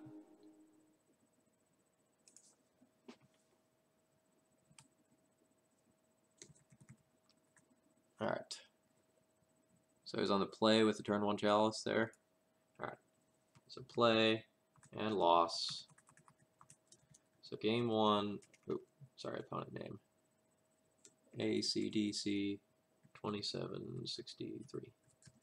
Game 1 loss to Food Chain.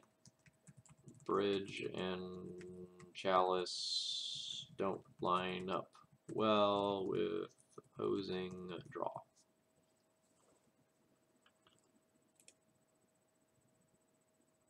That doesn't stop Food Chain, but that stops Ballista. That's pretty good. Scab Clan Berserkers.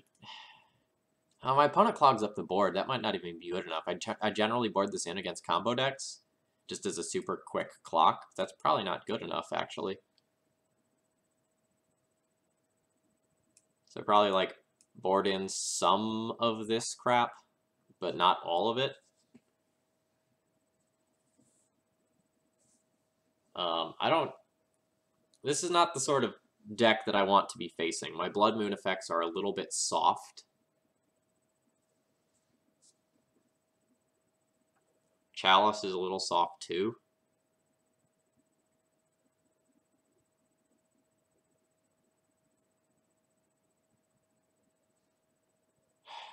So Bridge is awkward. I think I'll probably trim Bridges. I probably don't want, like, all of these cards. I want some removal to just, like, deal with a Strix, but maybe not, like, Kozilek's Return. So you just, like, maybe trim 2 Bridges and, like, 2 Magus. Something like that.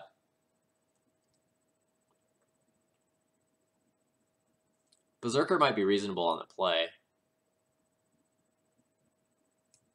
Like, do I just, like, not even bother with the Bridge package and go, like, Berserker, Berserker... Maybe even, like, not Hazaret, play another Berserker. And then on the draw, don't play Berserkers.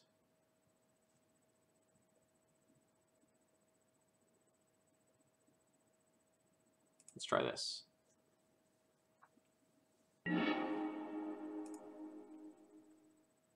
No.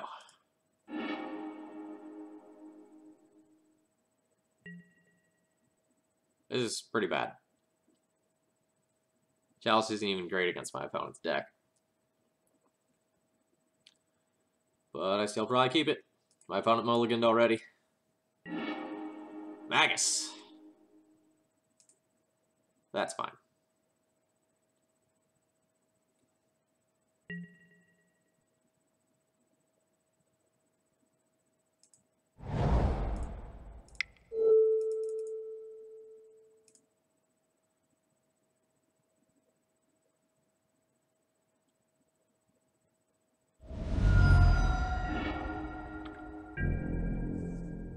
So now, hopefully, our Magus of the Moon locks them out, and they get, like, 1 basic and not Deathrite Shaman in their opening hand. That'd be nice.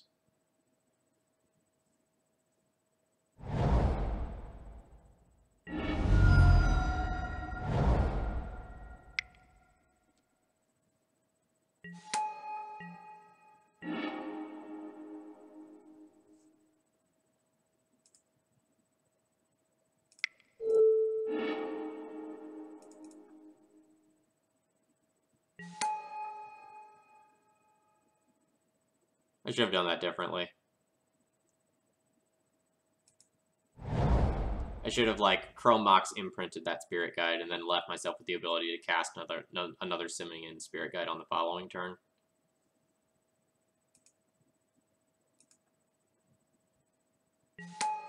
That was a fuck up. It's small, but it matters. I'm also going to play this now in case my opponent, like, somehow plays some sort of hand disruption card off of, like, the Deathrite Shaman mana. Not that I think that that's likely to happen, but it's something that can happen.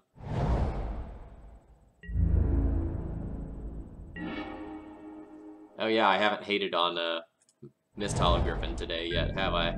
Fuck Mist Hologriffin. That is all.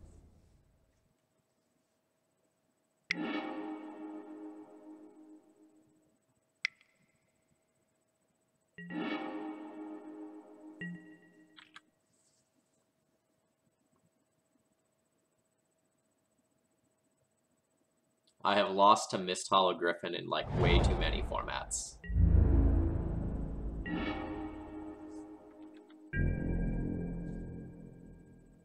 I lost to that card in Standard, when it was Standard legal. Because I was playing the blue-white control deck, and, like, the counter spells exiled and my removals exiled, so, like, it was just unbeatable. I lost to that card in Modern for some reason. My opponent was playing it. Unknown to me. Alright, well. Get out, little buddy.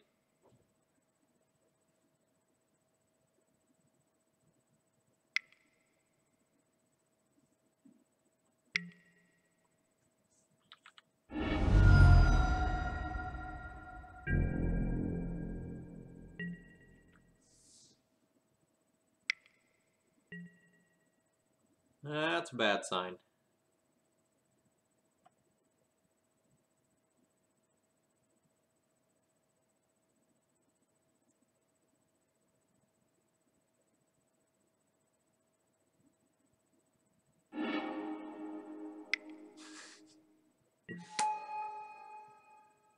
If you don't make day 2 of the Duel for Duels, it's food chain time. Yeah, I'll probably play like D&T in one event, and... Alright. I'm dead. Not gonna make my opponent click through that. That takes way too long.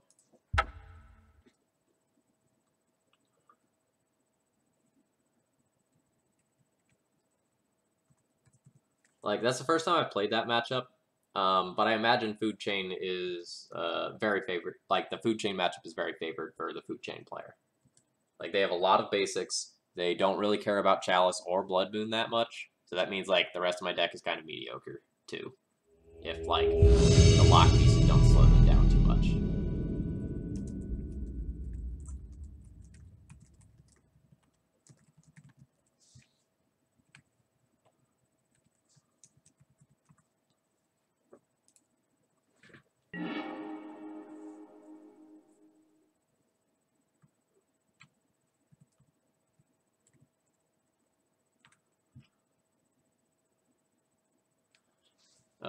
Yeah, so I'll probably play like one of the main events with D&T, and I'm very likely to play some side events with Red Prison. Well, I'm gonna keep this. If I draw a red card, I'll probably attempt turn 1 Magus. Maybe not now.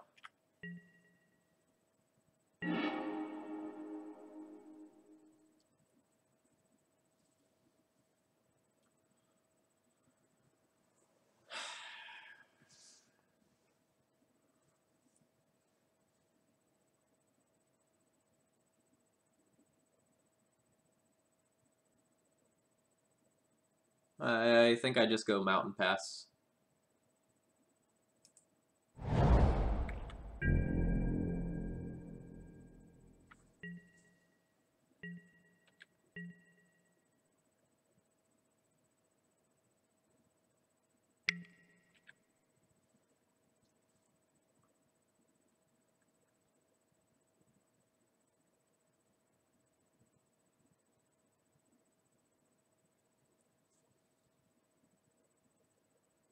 I'm unsure if I'm going to give up on the Magus of the Moon plan and just try to stick a turn 2 Chandra, or if I'm still going to try to Magus.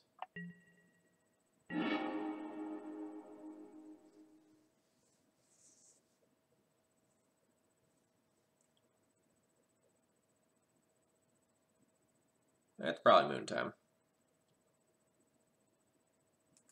I'm going to do actual factual Moon so it can't get lightning bolted.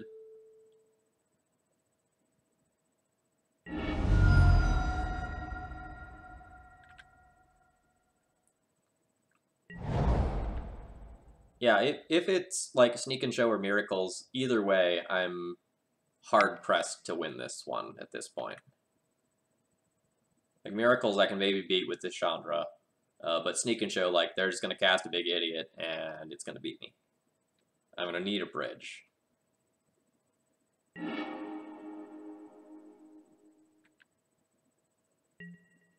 So Tesserator, that is a great question. I don't know the answer to that. I feel like not a lot of people are going to have experience playing against anything in No Ban Modern. Show and tell. Well, I'm going to bring a Mountain to class. You're Your card's better.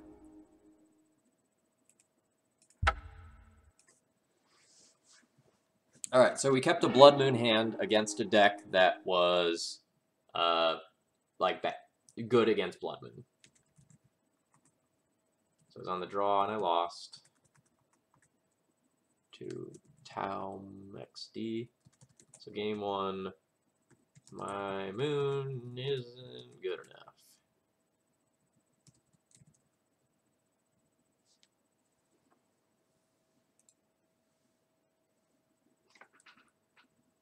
Alright, so +2 Spyglass, +4 Berserker, -4 Moon, -2 Magus. Easy.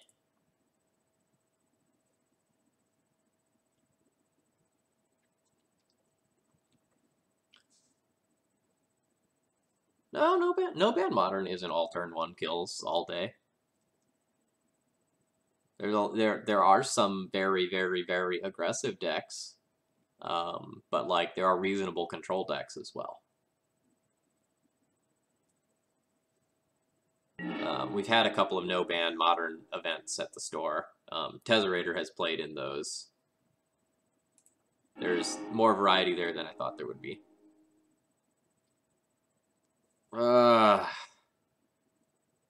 Bridge is the best card in this matchup. You show and tell it in, and it's great. But I don't think I can keep a bridge hand that does literal nothing else and is already a triple mulligan.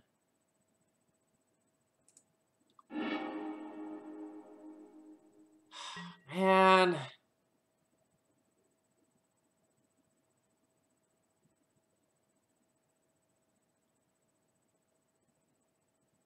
This is also rough. I'm going to keep this and try to scry a land or a red card to the top.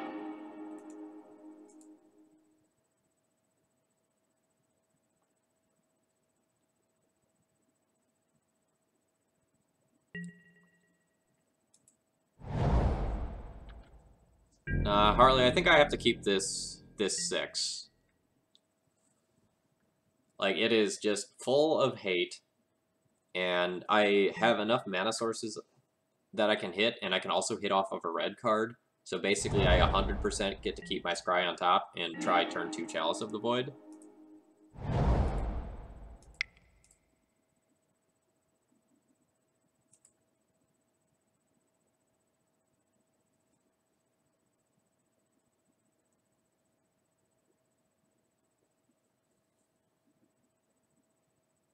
And Trinisphere is pretty great against Omniscience. So, like, that's not the worst thing to show and tell in.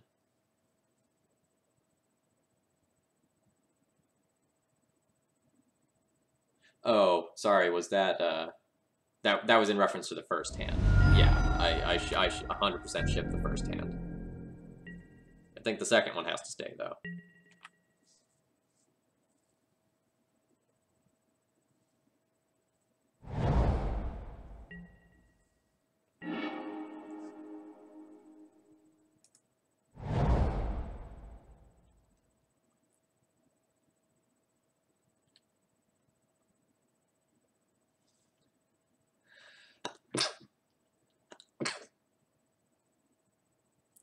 Excuse me.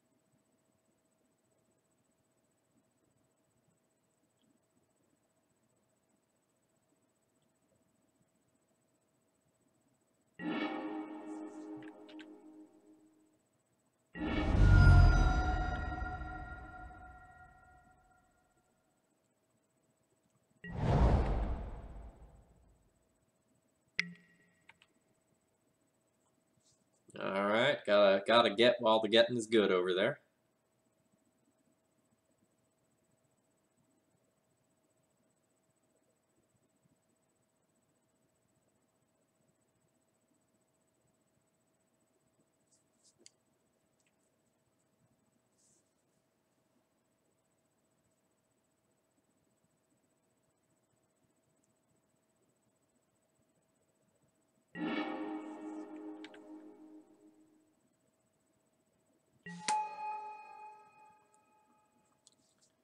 So I can temporarily handle an Omniscience. I think I don't need to cast this yet. I think I'm just going to cast this second Chalice on 0 to stop Lotus Petal. I know that sounds marginal, but I might just like die to a sneak attack if my opponent goes like, maybe not. I don't want my opponent to pedal though. I don't want them to get any more ahead on mana if my like plan for slowing down this game is Trinisphere. And I'm not anywhere close to 6 mana where I can put this on 3 and reasonably stop a win condition.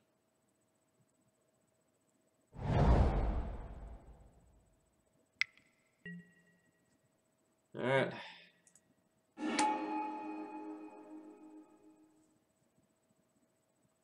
I need a bridge. That is not a bridge. This is kind of why I thought about casting that on the previous turn. It's awkward.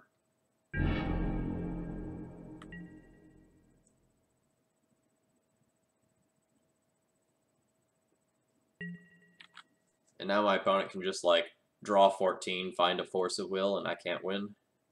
We'll see if they see the obvious line, though.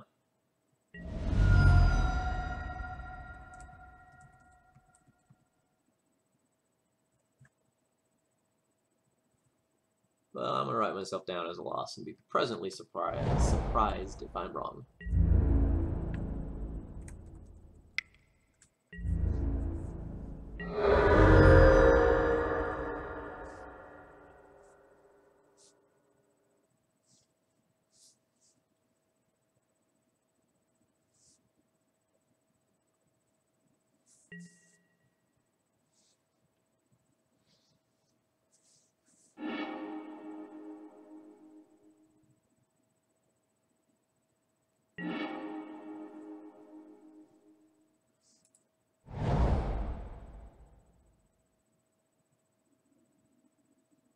So I guess my out is my opponent, like, drawing a bunch of cards, and then I Fiery Confluence them.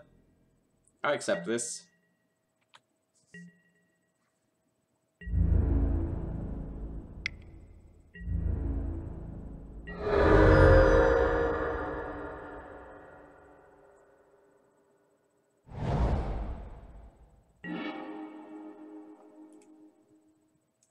Can I Fiery Confluence me? No. Unfortunate.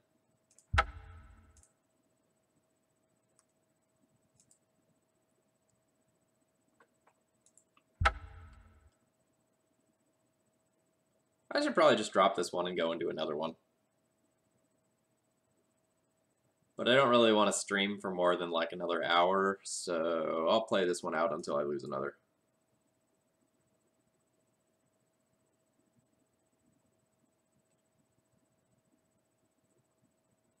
Two basic land-centric decks in a row is a little rough. It's not what I'm meant to be pounding on.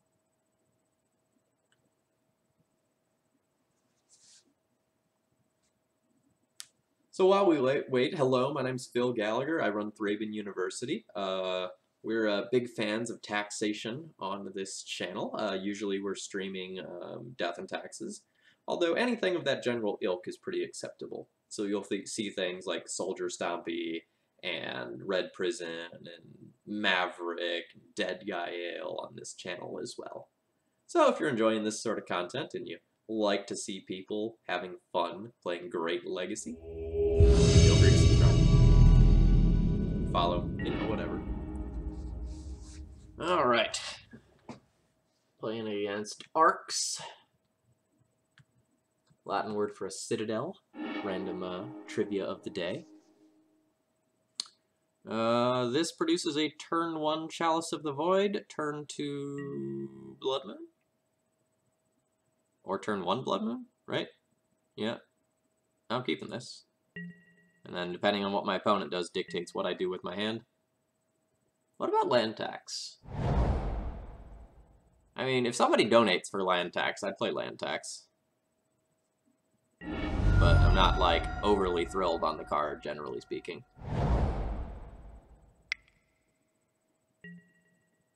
Duress me. Well, there goes the Chalice. But I do get to Blood Moon away your Underground Sea. So it's only fair. It does say tax.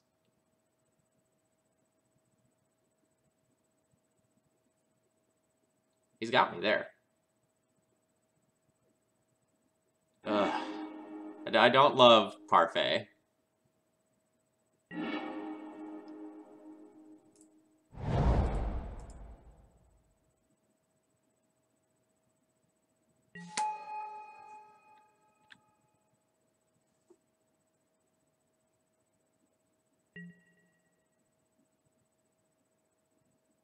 I guess my opponent's very likely Ant, so I can imprint the redundant Blood Moon because the first one is going to resolve.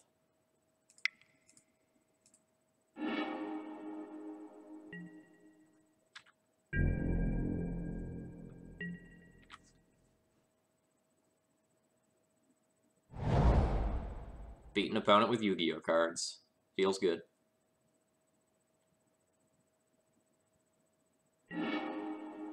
Alright, that Rabble Master will be a very swift clock once I get another land or mana source. That counts.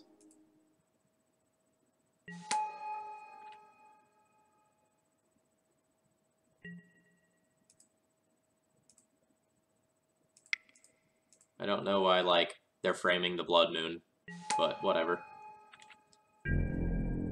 I don't need all my mana sources in the same place.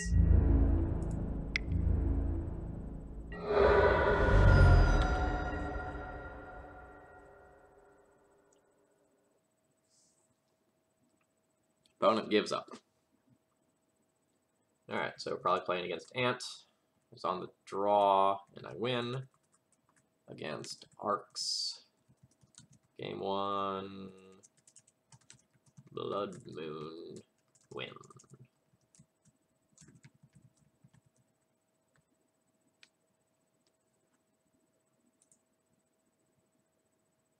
Bodyguards? I don't know what that is, but I'll look that up in a minute. Alright, so against Ant, the notes I wrote myself say -4 Ensnaring Bridge, -4 Blood Moon, despite the fact that that worked right there. And go +4 Fairy to try to disrupt Graveyard Base Kill, +4 Scab Clan. Oh, the Moxes were barred. Oh, I see. I gotcha. On the play, I might bring the Moons back in and just, like, try to get my opponent, even though, like, Moon isn't great against them. But on the draw, when they're already going to get the Swamp, it probably doesn't matter, basically, at all.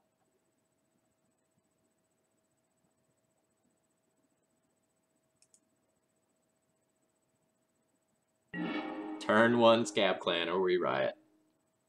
How about turn 1 Chalice? Is that good enough?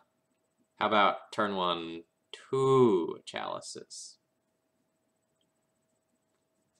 And then probably like turn 4 Scab Clan.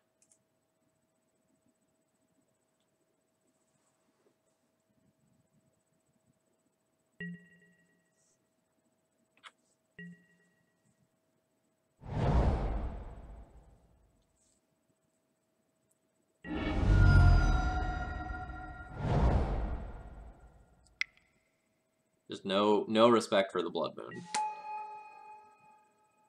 Oh.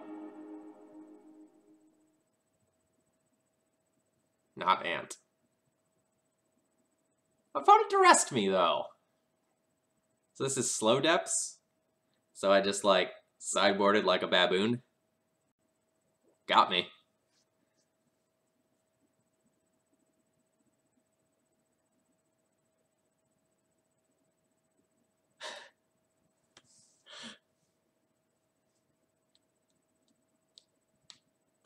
Huh.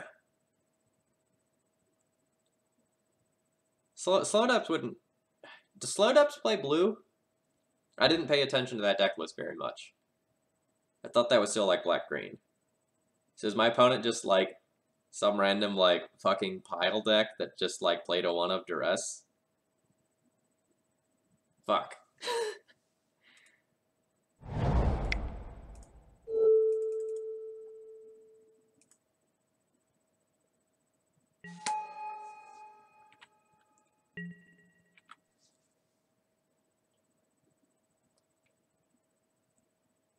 I don't know what my opponent's on.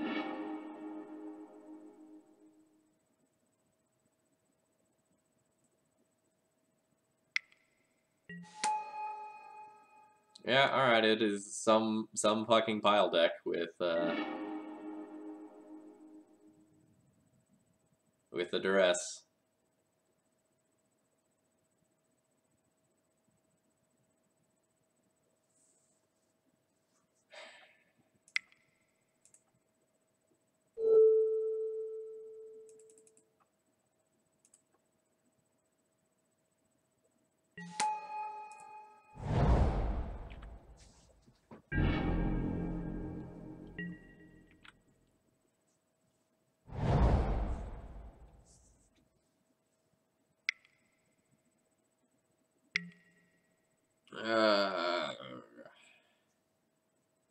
It's this again.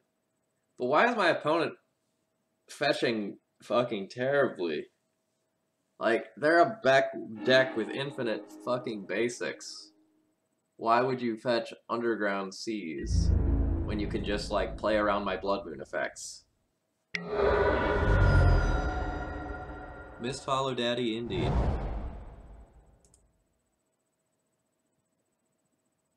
Opponent probably has one Mist Hollow in hand or boarded one out.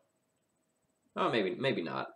Sorry, that Delta was there from Deathray Shaman. I thought I saw, like, Scourge Griffin, but that was just a Delta that got randomly exiled.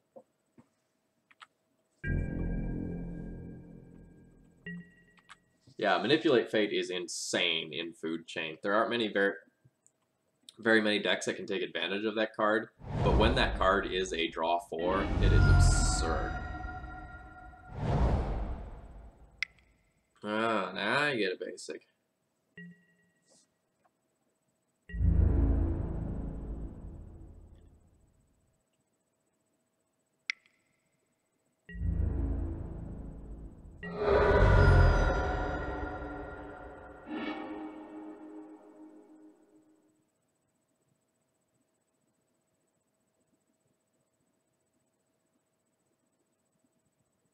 It is indeed not looking good for the home team. That is correct. So even if my opponent doesn't have a kill, and they just go, like, Scourge, Griffin, Griffin.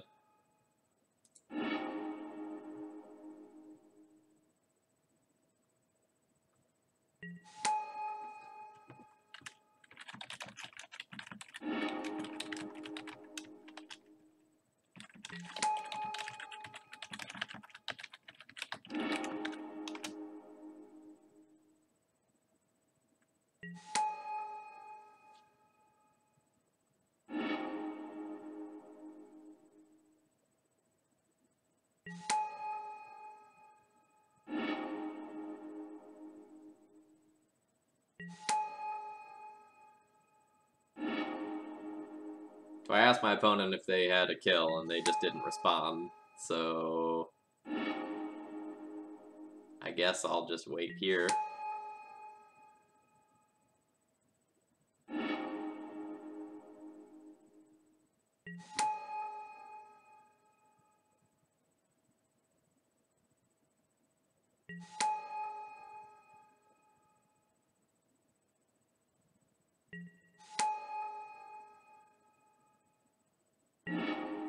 Or they did not have a kill. Okay. So how do I win?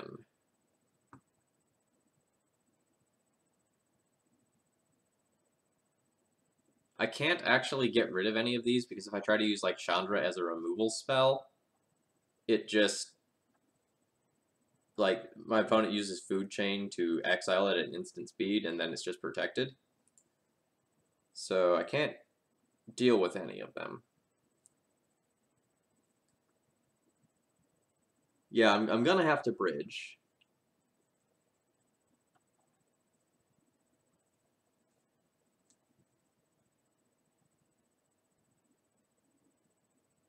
I think in anticipation of needing to bridge, I'm gonna play Hazaret and use that to help. Oh. Oh, so my opponent responded in chat now. They said, nope, thank you, though. I've cast Ballista for like 42 before and then timed out. My hand was sweating.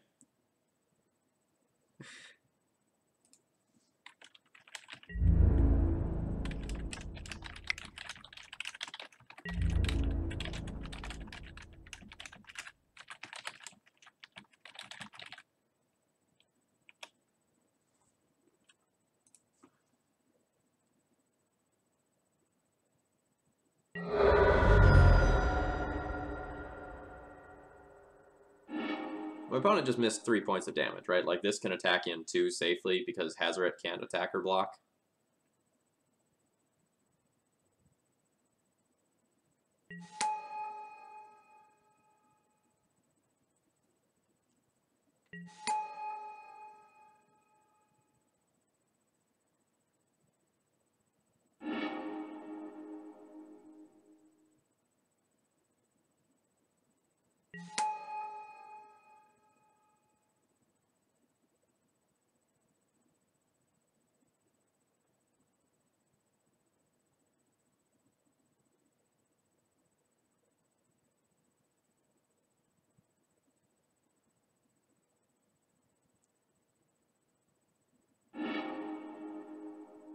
This is going to be like a Leovold. Don't really care about Leovold. Shardless Agent. Don't really care about that. I'll counter it twice.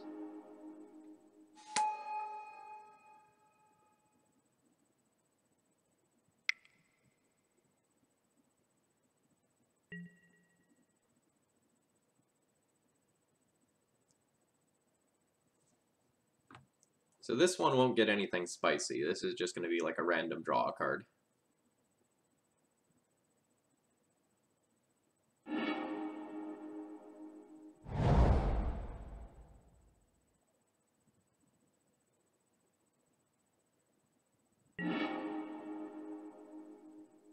That's right, we boarded for Storm, didn't we? Well...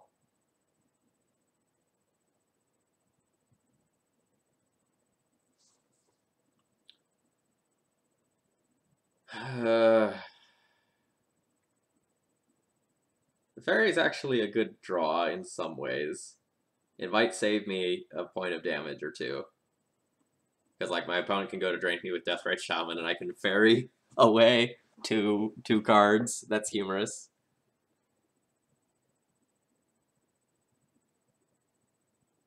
So I think I try to empty my hand this turn. So I'll go Chandra.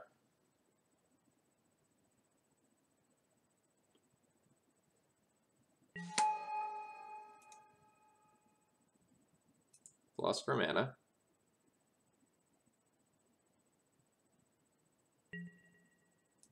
Play a land. That's fine, that goes away. Play a Scabcalan Berserker.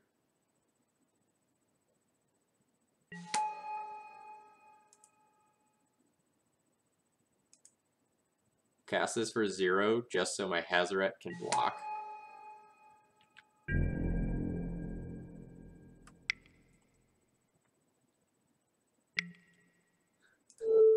The joke is on you, opponent.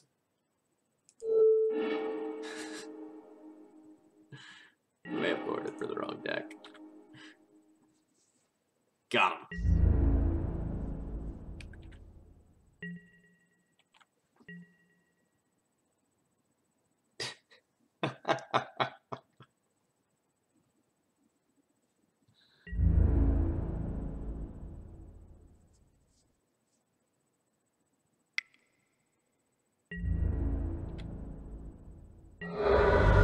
Wow, opponent is giving me a turn with the Chandra.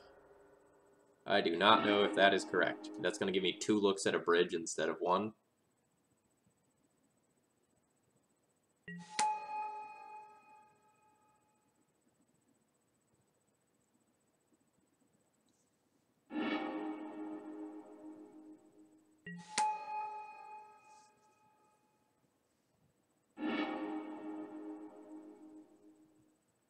If they have a decay in hand, it doesn't really matter.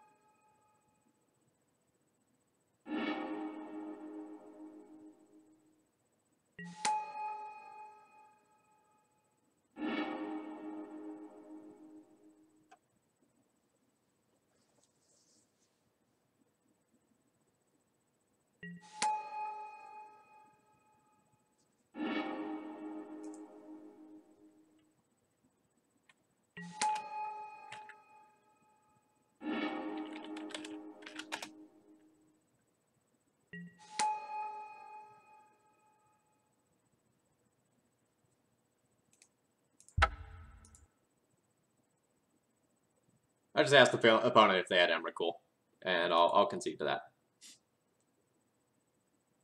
Okay, so we're actually playing against Food Chain. So let's get those fairies out of here. I guess I'll play a couple of Abrades like I did before, and Spyglass. This Snaring Bridge is awkward. Because it doesn't actually stop their kill, and they can still Deathrite Shaman and bleed you out, but it stops, like, the random Griffin beats.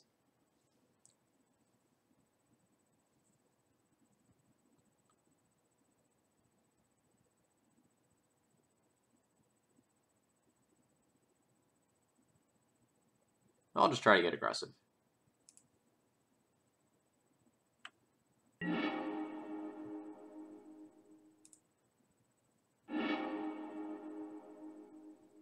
Turn 1 Chalice, turn 2 Trinisphere. Keep.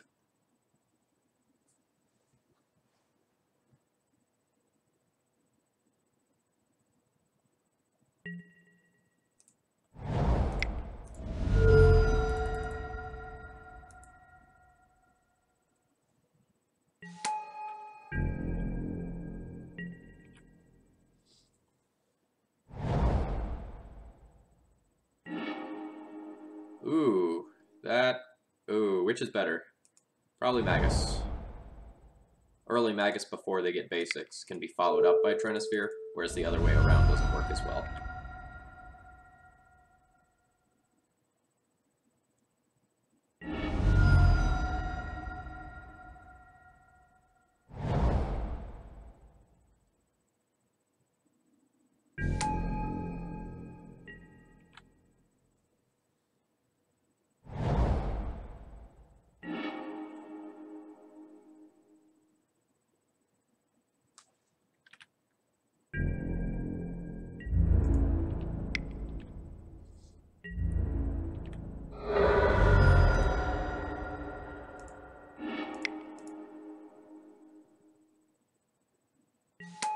I may get locked under my own Trinisphere for a little while, but I now have 3 different hate pieces that all attack on different angles, so I feel okay.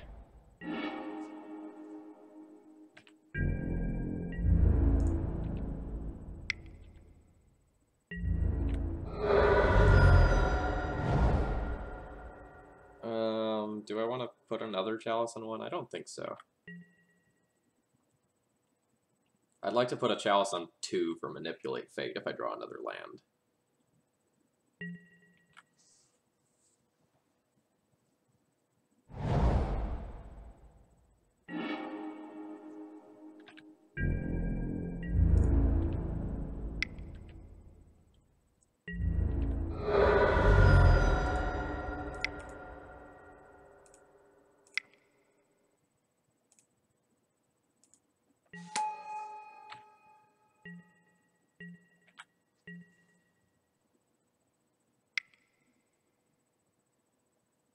Strix.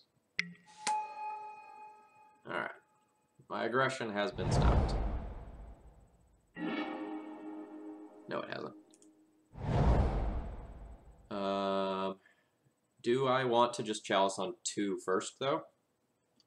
Probably. If I Chalice on 2, then my opponent can't Strix or Manipulate Fate, and then I can just, like, Fiery Confluence, destroy an artifact for you.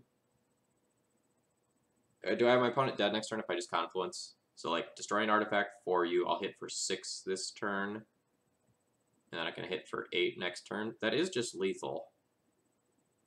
So maybe that opening is fine to give them since it's just so aggressive.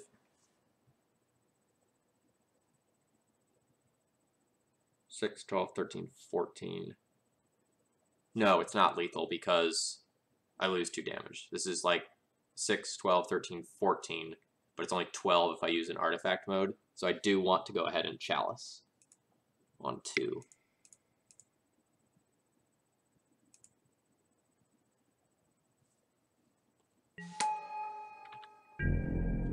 Plus, I might get better value out of this Fiery Confluence by waiting. Like by picking up another Strix or something.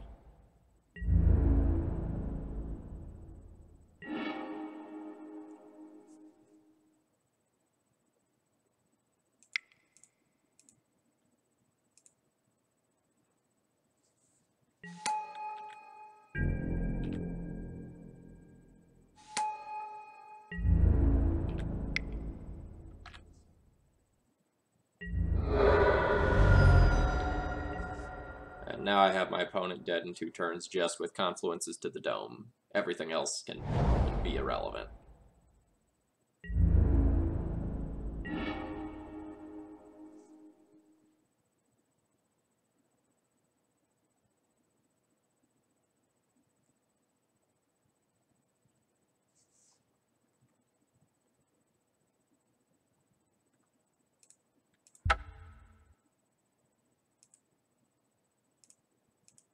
Destroy target artifact, 4 damage to each opponent. So I'll destroy that.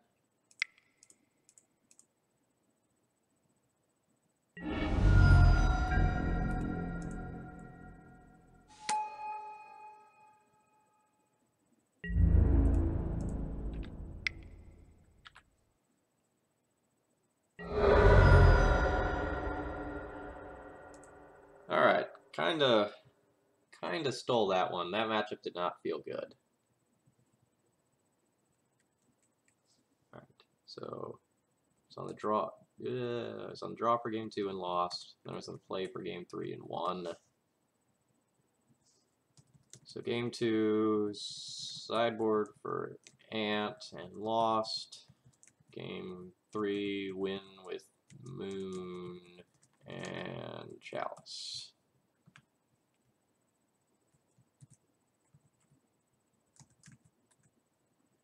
Alright. Back in we go. Let's see if we can salvage this. Sorry, I need to check something.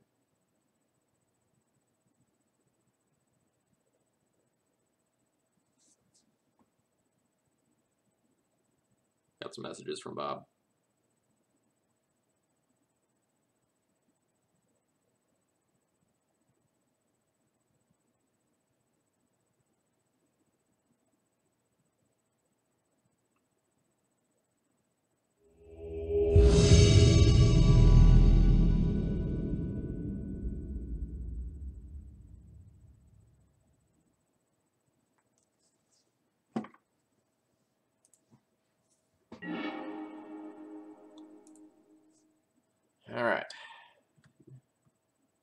playing against?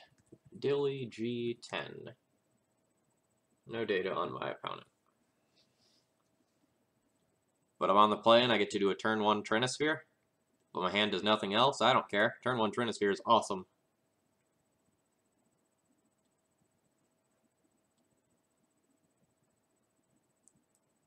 Like, it's turn 1 Trinisphere, turn 2 Bridge if we don't do anything else, and then a Karn shortly thereafter.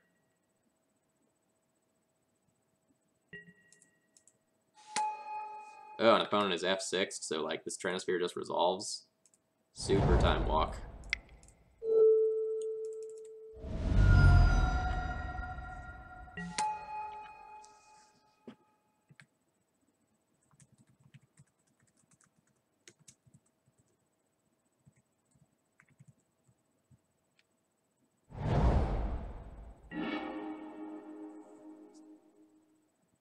And this Chalice just gets to resolve too.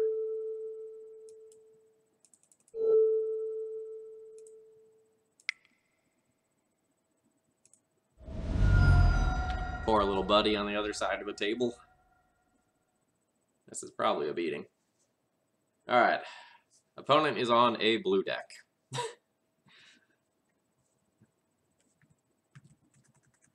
Alright. Game 1, turn 1, Trinisphere, win. So how do I sideboard? Do I just, like, sideboard for Delver?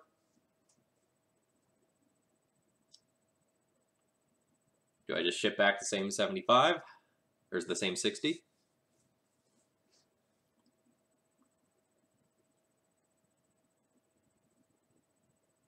Like, blue fetch land pass is like literal no information. It does very little good.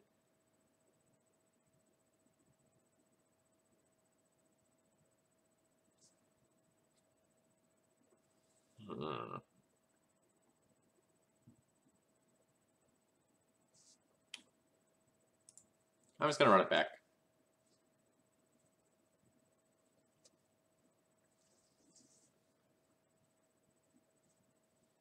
The core hate cards of my deck are powerful enough that I'm okay trying to lean on them for another win, even if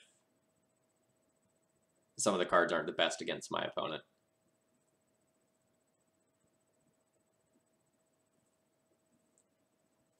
I could see...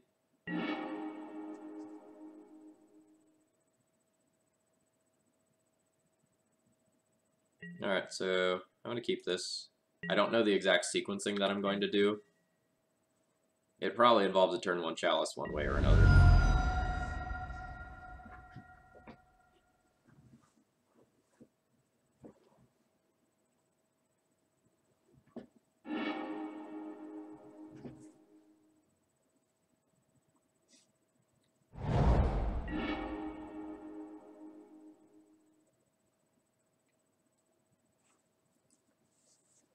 Okay. If I go... I can go City Chalice and play a Chalice around a Daze, or I can go City Exile Spirit Guide Blood Moon and not play around a Daze. So I think I play around a Daze and just start out doing something that's annoying.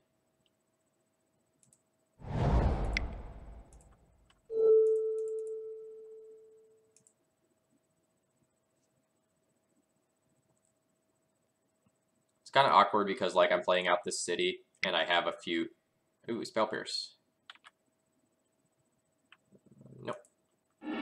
Like, I'm playing out this city when I have a couple of, like, 4-drops in hand, where I'd really, like, love to play Mountain and then play turn 2, Derp.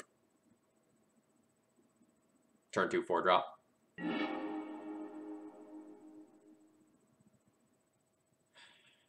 In order to preserve my land, because I think that matters, I'm going to play Blood Moon off of Simian Spirit Guide. It'll open it up to a Daze, but then I'll get to keep a land, which probably matters a whole lot.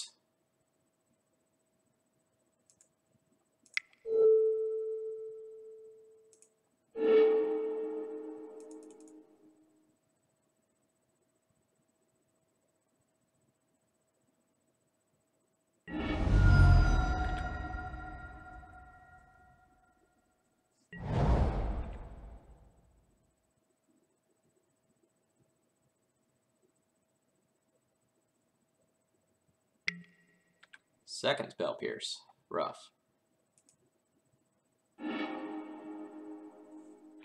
So that I don't take damage or lose a land, I'm not going to play another land here.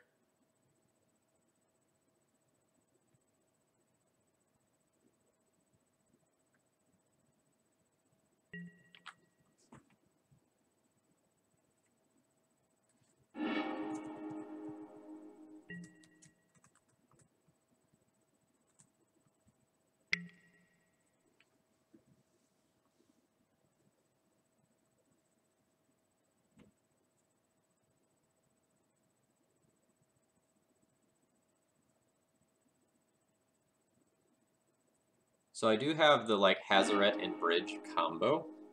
So assuming I, like, draw some mana and continue to do the stuff that I want to do, I'm actually in pretty good shape.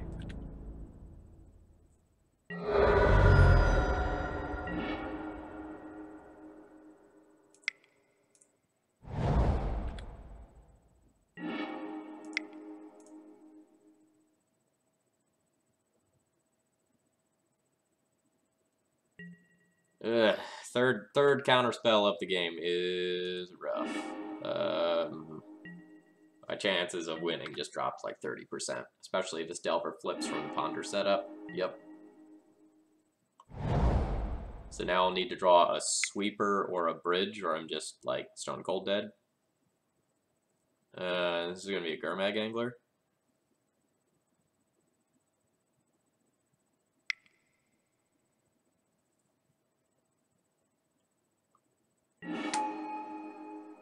My name is a lie? I don't think so. This channel is overwhelmingly D&T content, but sometimes I have fun. Alright, so 5, 6, 7, 8, 9, 10, 11. Alright, concede. Now we know what to board for.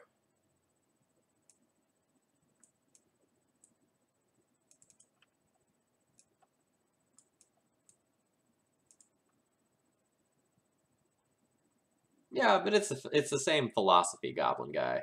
Like, it is, like, taxation and lock pieces and then chip damage once you have the board locked down. It's very, very conceptually similar. The people who like D&T tend to like Red Prison.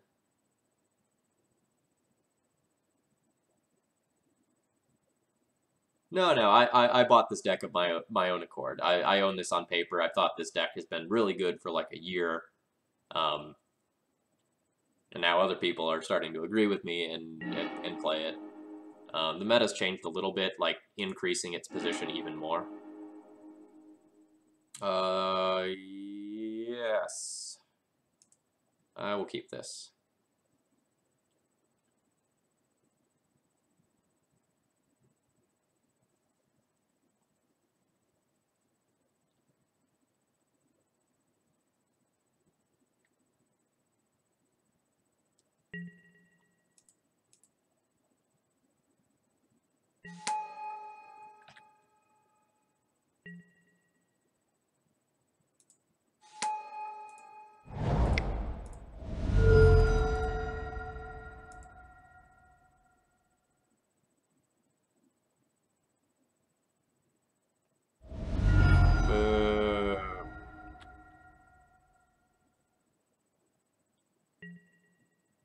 Yeah, I use the name Red Prison so that regardless of what the finisher is, it still refers to the same archetype.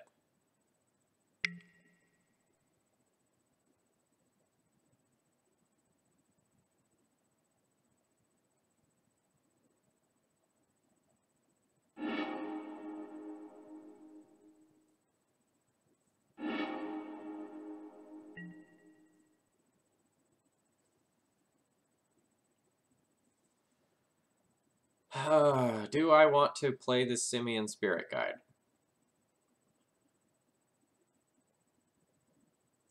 I kind of want to keep it so that I can, like, easily play a K return around a Spell Pierce.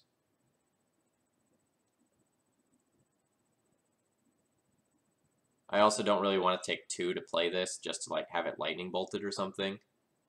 It's also very possible that, like, I'll just, like, my opponent will play a threat and then I'll have to Kozilek's return it away. So I think I'm not going to play it, despite the fact that it is a clock.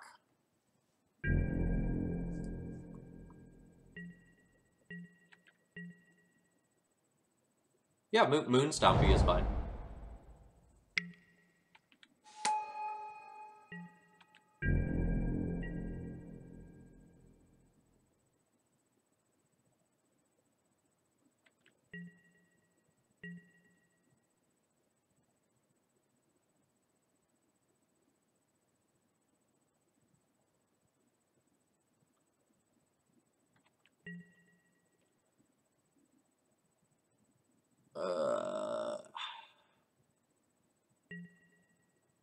If I draw a bomb, I want to be able to cast it. So I think I will just, like, shock myself and do this.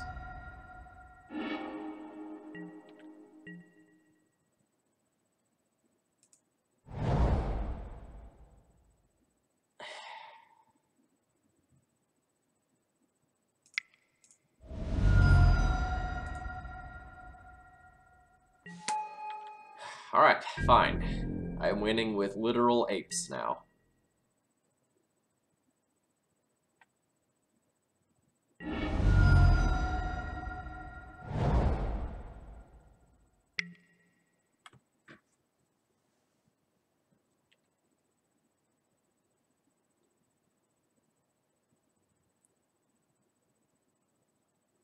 You could make an argument for casting both of these Simian Spirit Guides to put 4 power in play. I don't know how good that is. Like, if my opponent does something like Wastelands me, I'd rather be able to play a 4-drop around a Daze. Alright.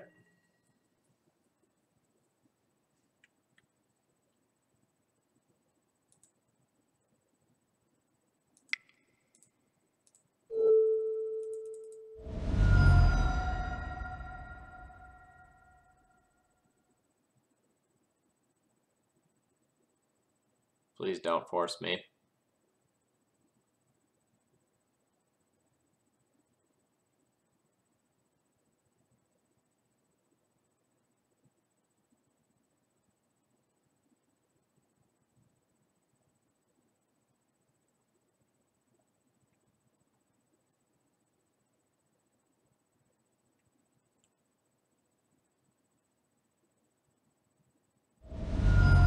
Fuck.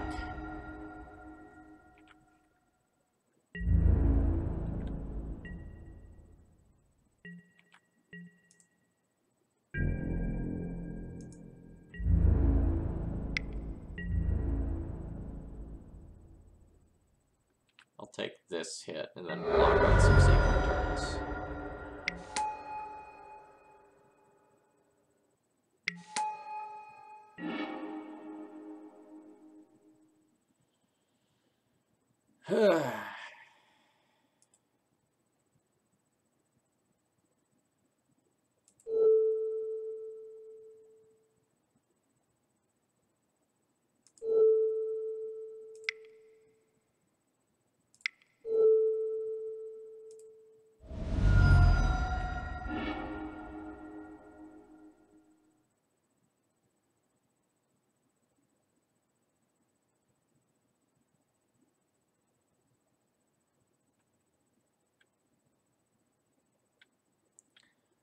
Okay, so I guess I should have, like, tapped these 2 to Abrade and then just, like, not cast the Spirit Guide, jump block here.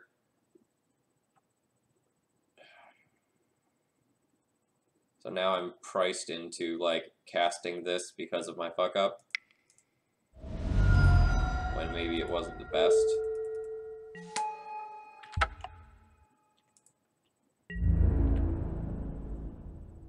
I think I'm dead regardless. But like minor misplay.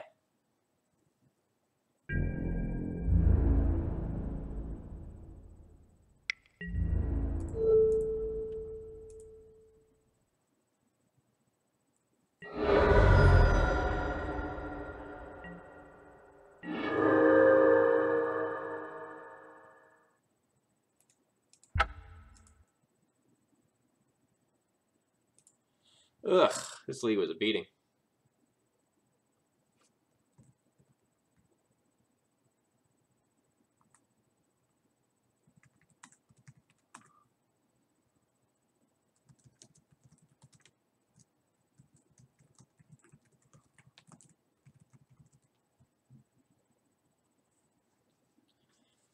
Okay, so I've played 3 leagues with Red Prison so far since I acquired it this weekend. I've played 3 leagues. I have a 4-1, a 2-3, and a 1-3.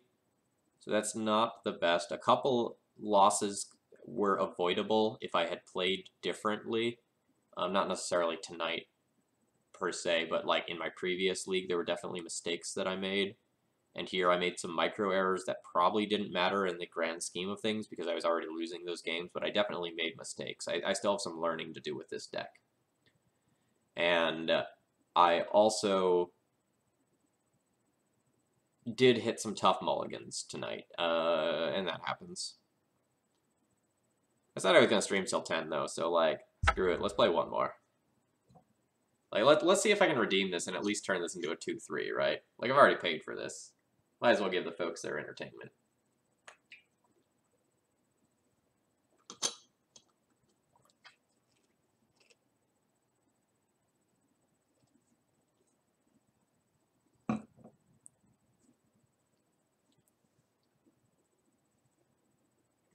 No, I don't think the GP had enough impact so that people are like specifically aiming for Red Prison now.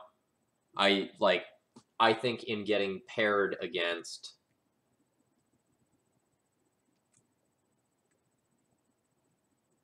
like two decks to start with that didn't care about Blood Moon, that was unfortunate. And like we didn't draw the best against Grixis Delver there, and they had the counter spells at the right time, and that's fine. But I don't think the Red Prison deck is any better or worse than it was a week ago.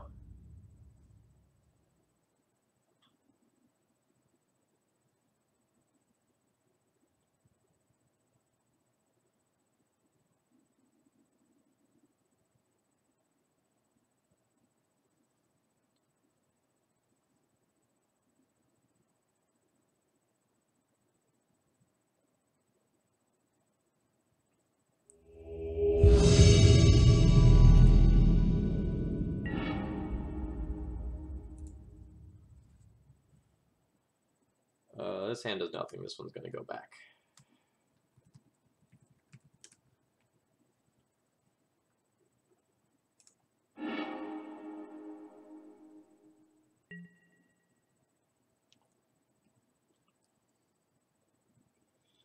This hand also really does nothing.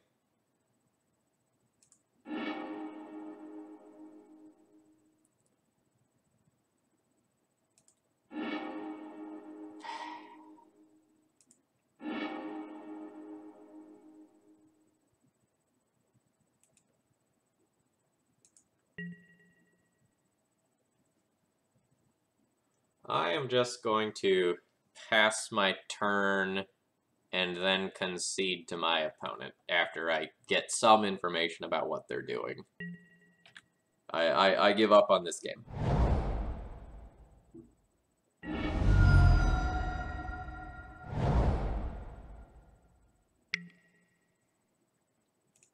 Concede.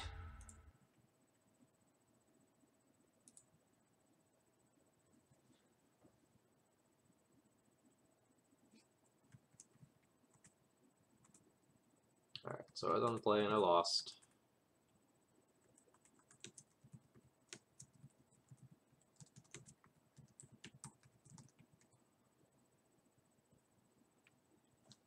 Alright, so we saw Verdant Catacombs fetch Thoughtseize.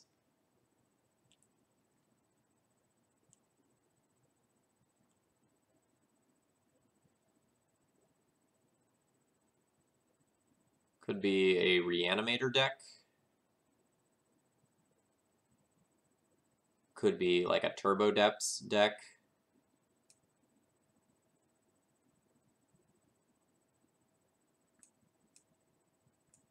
I'll probably board in Spyglass and Berserker, kind of rationalizing that these are fine cards to bring in any case.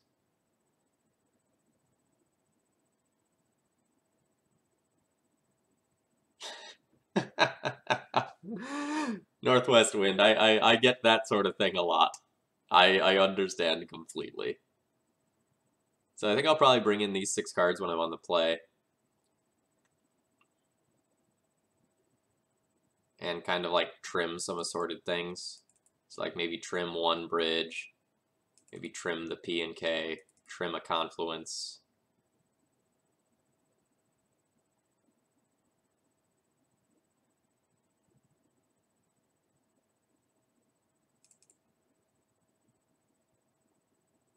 It would have been a snow cover swamp if they're turbo depths, right? So not turbo depths. But if it's like Reanimator, this is still good.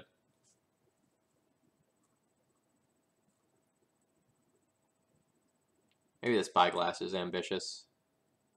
And I just like board in Berserkers and get a little more aggressive.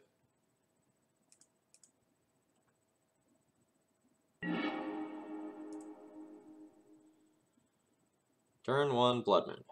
Keep.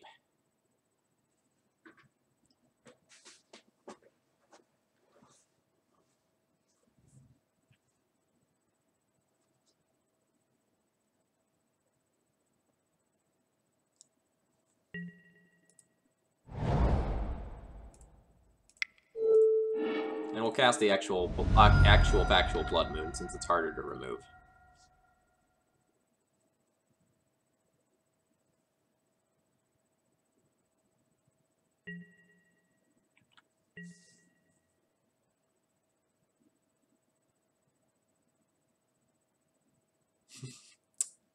Good clean magic going on right here.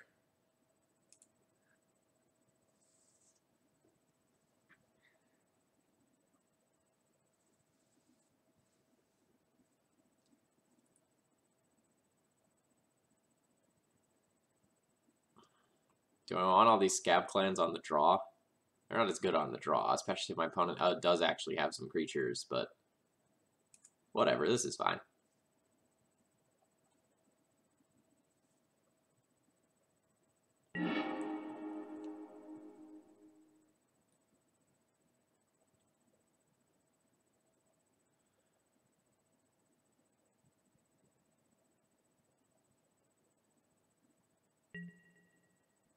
So I can go Soul Land, Imprint, Confluence, Bridge, turn 2 Hazaret. Is this good enough to cause me to keep a hand when I don't know what my opponent is playing?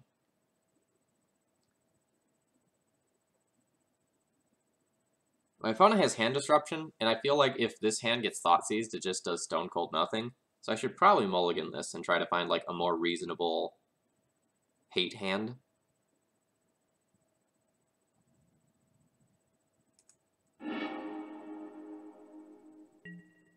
Yeah, this one is redundant. I have like 2 different turn 1 plays, and that mountain is great to have.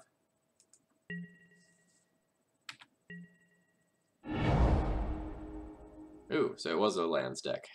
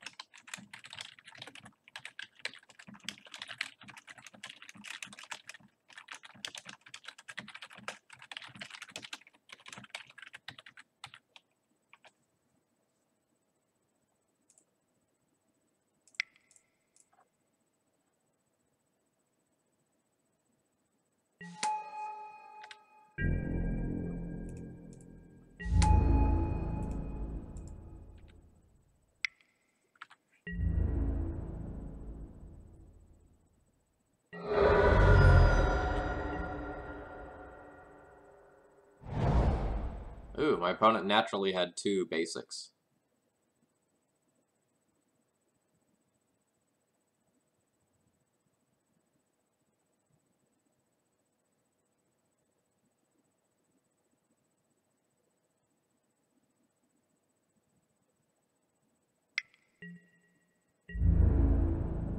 Bitter Blossom.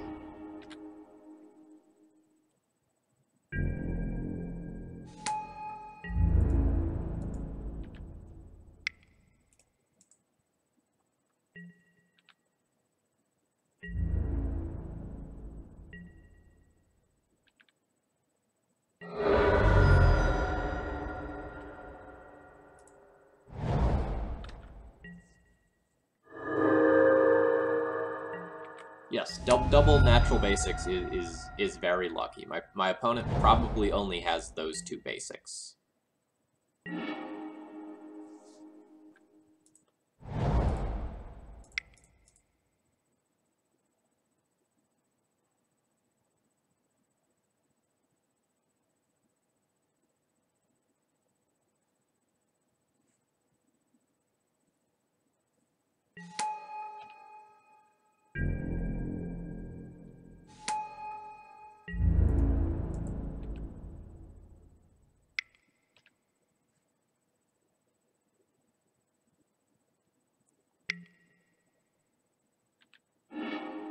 Okay, Abrupt Decay on that means that they get to produce a Merit Lodge and then just kill me on the backswing.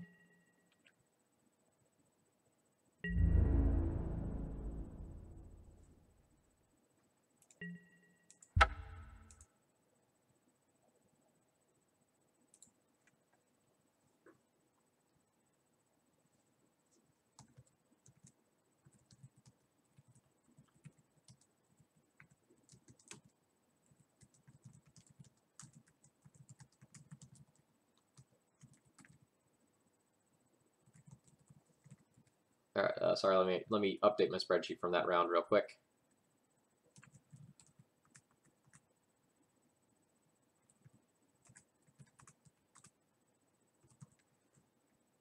Okay. So we definitely got a little bit unlucky that league. And that's fine, that happens. Not a great performance from the deck tonight. But that's okay. I'll probably try this again sometime soon. Since the Red Prison leagues don't take very long, like every time I borrow this, I'm likely to do a couple of leagues rather than just like one. Like I think I played nine matches of Magic tonight in the time it normally takes me to do one league with D&T. So that's awesome. If you enjoyed tonight's content and you want to, see more Red Prison, let me know. If you're more interested in seeing D&T stuff, let me know. I'm going to be doing a mix of both here, and occasionally other silly things as well. And if you enjoy that kind of taxation content, please, feel free to follow or subscribe to support my efforts. Again, my name was Phil Gallagher with ThrabenU University, and I hope you all have a good night.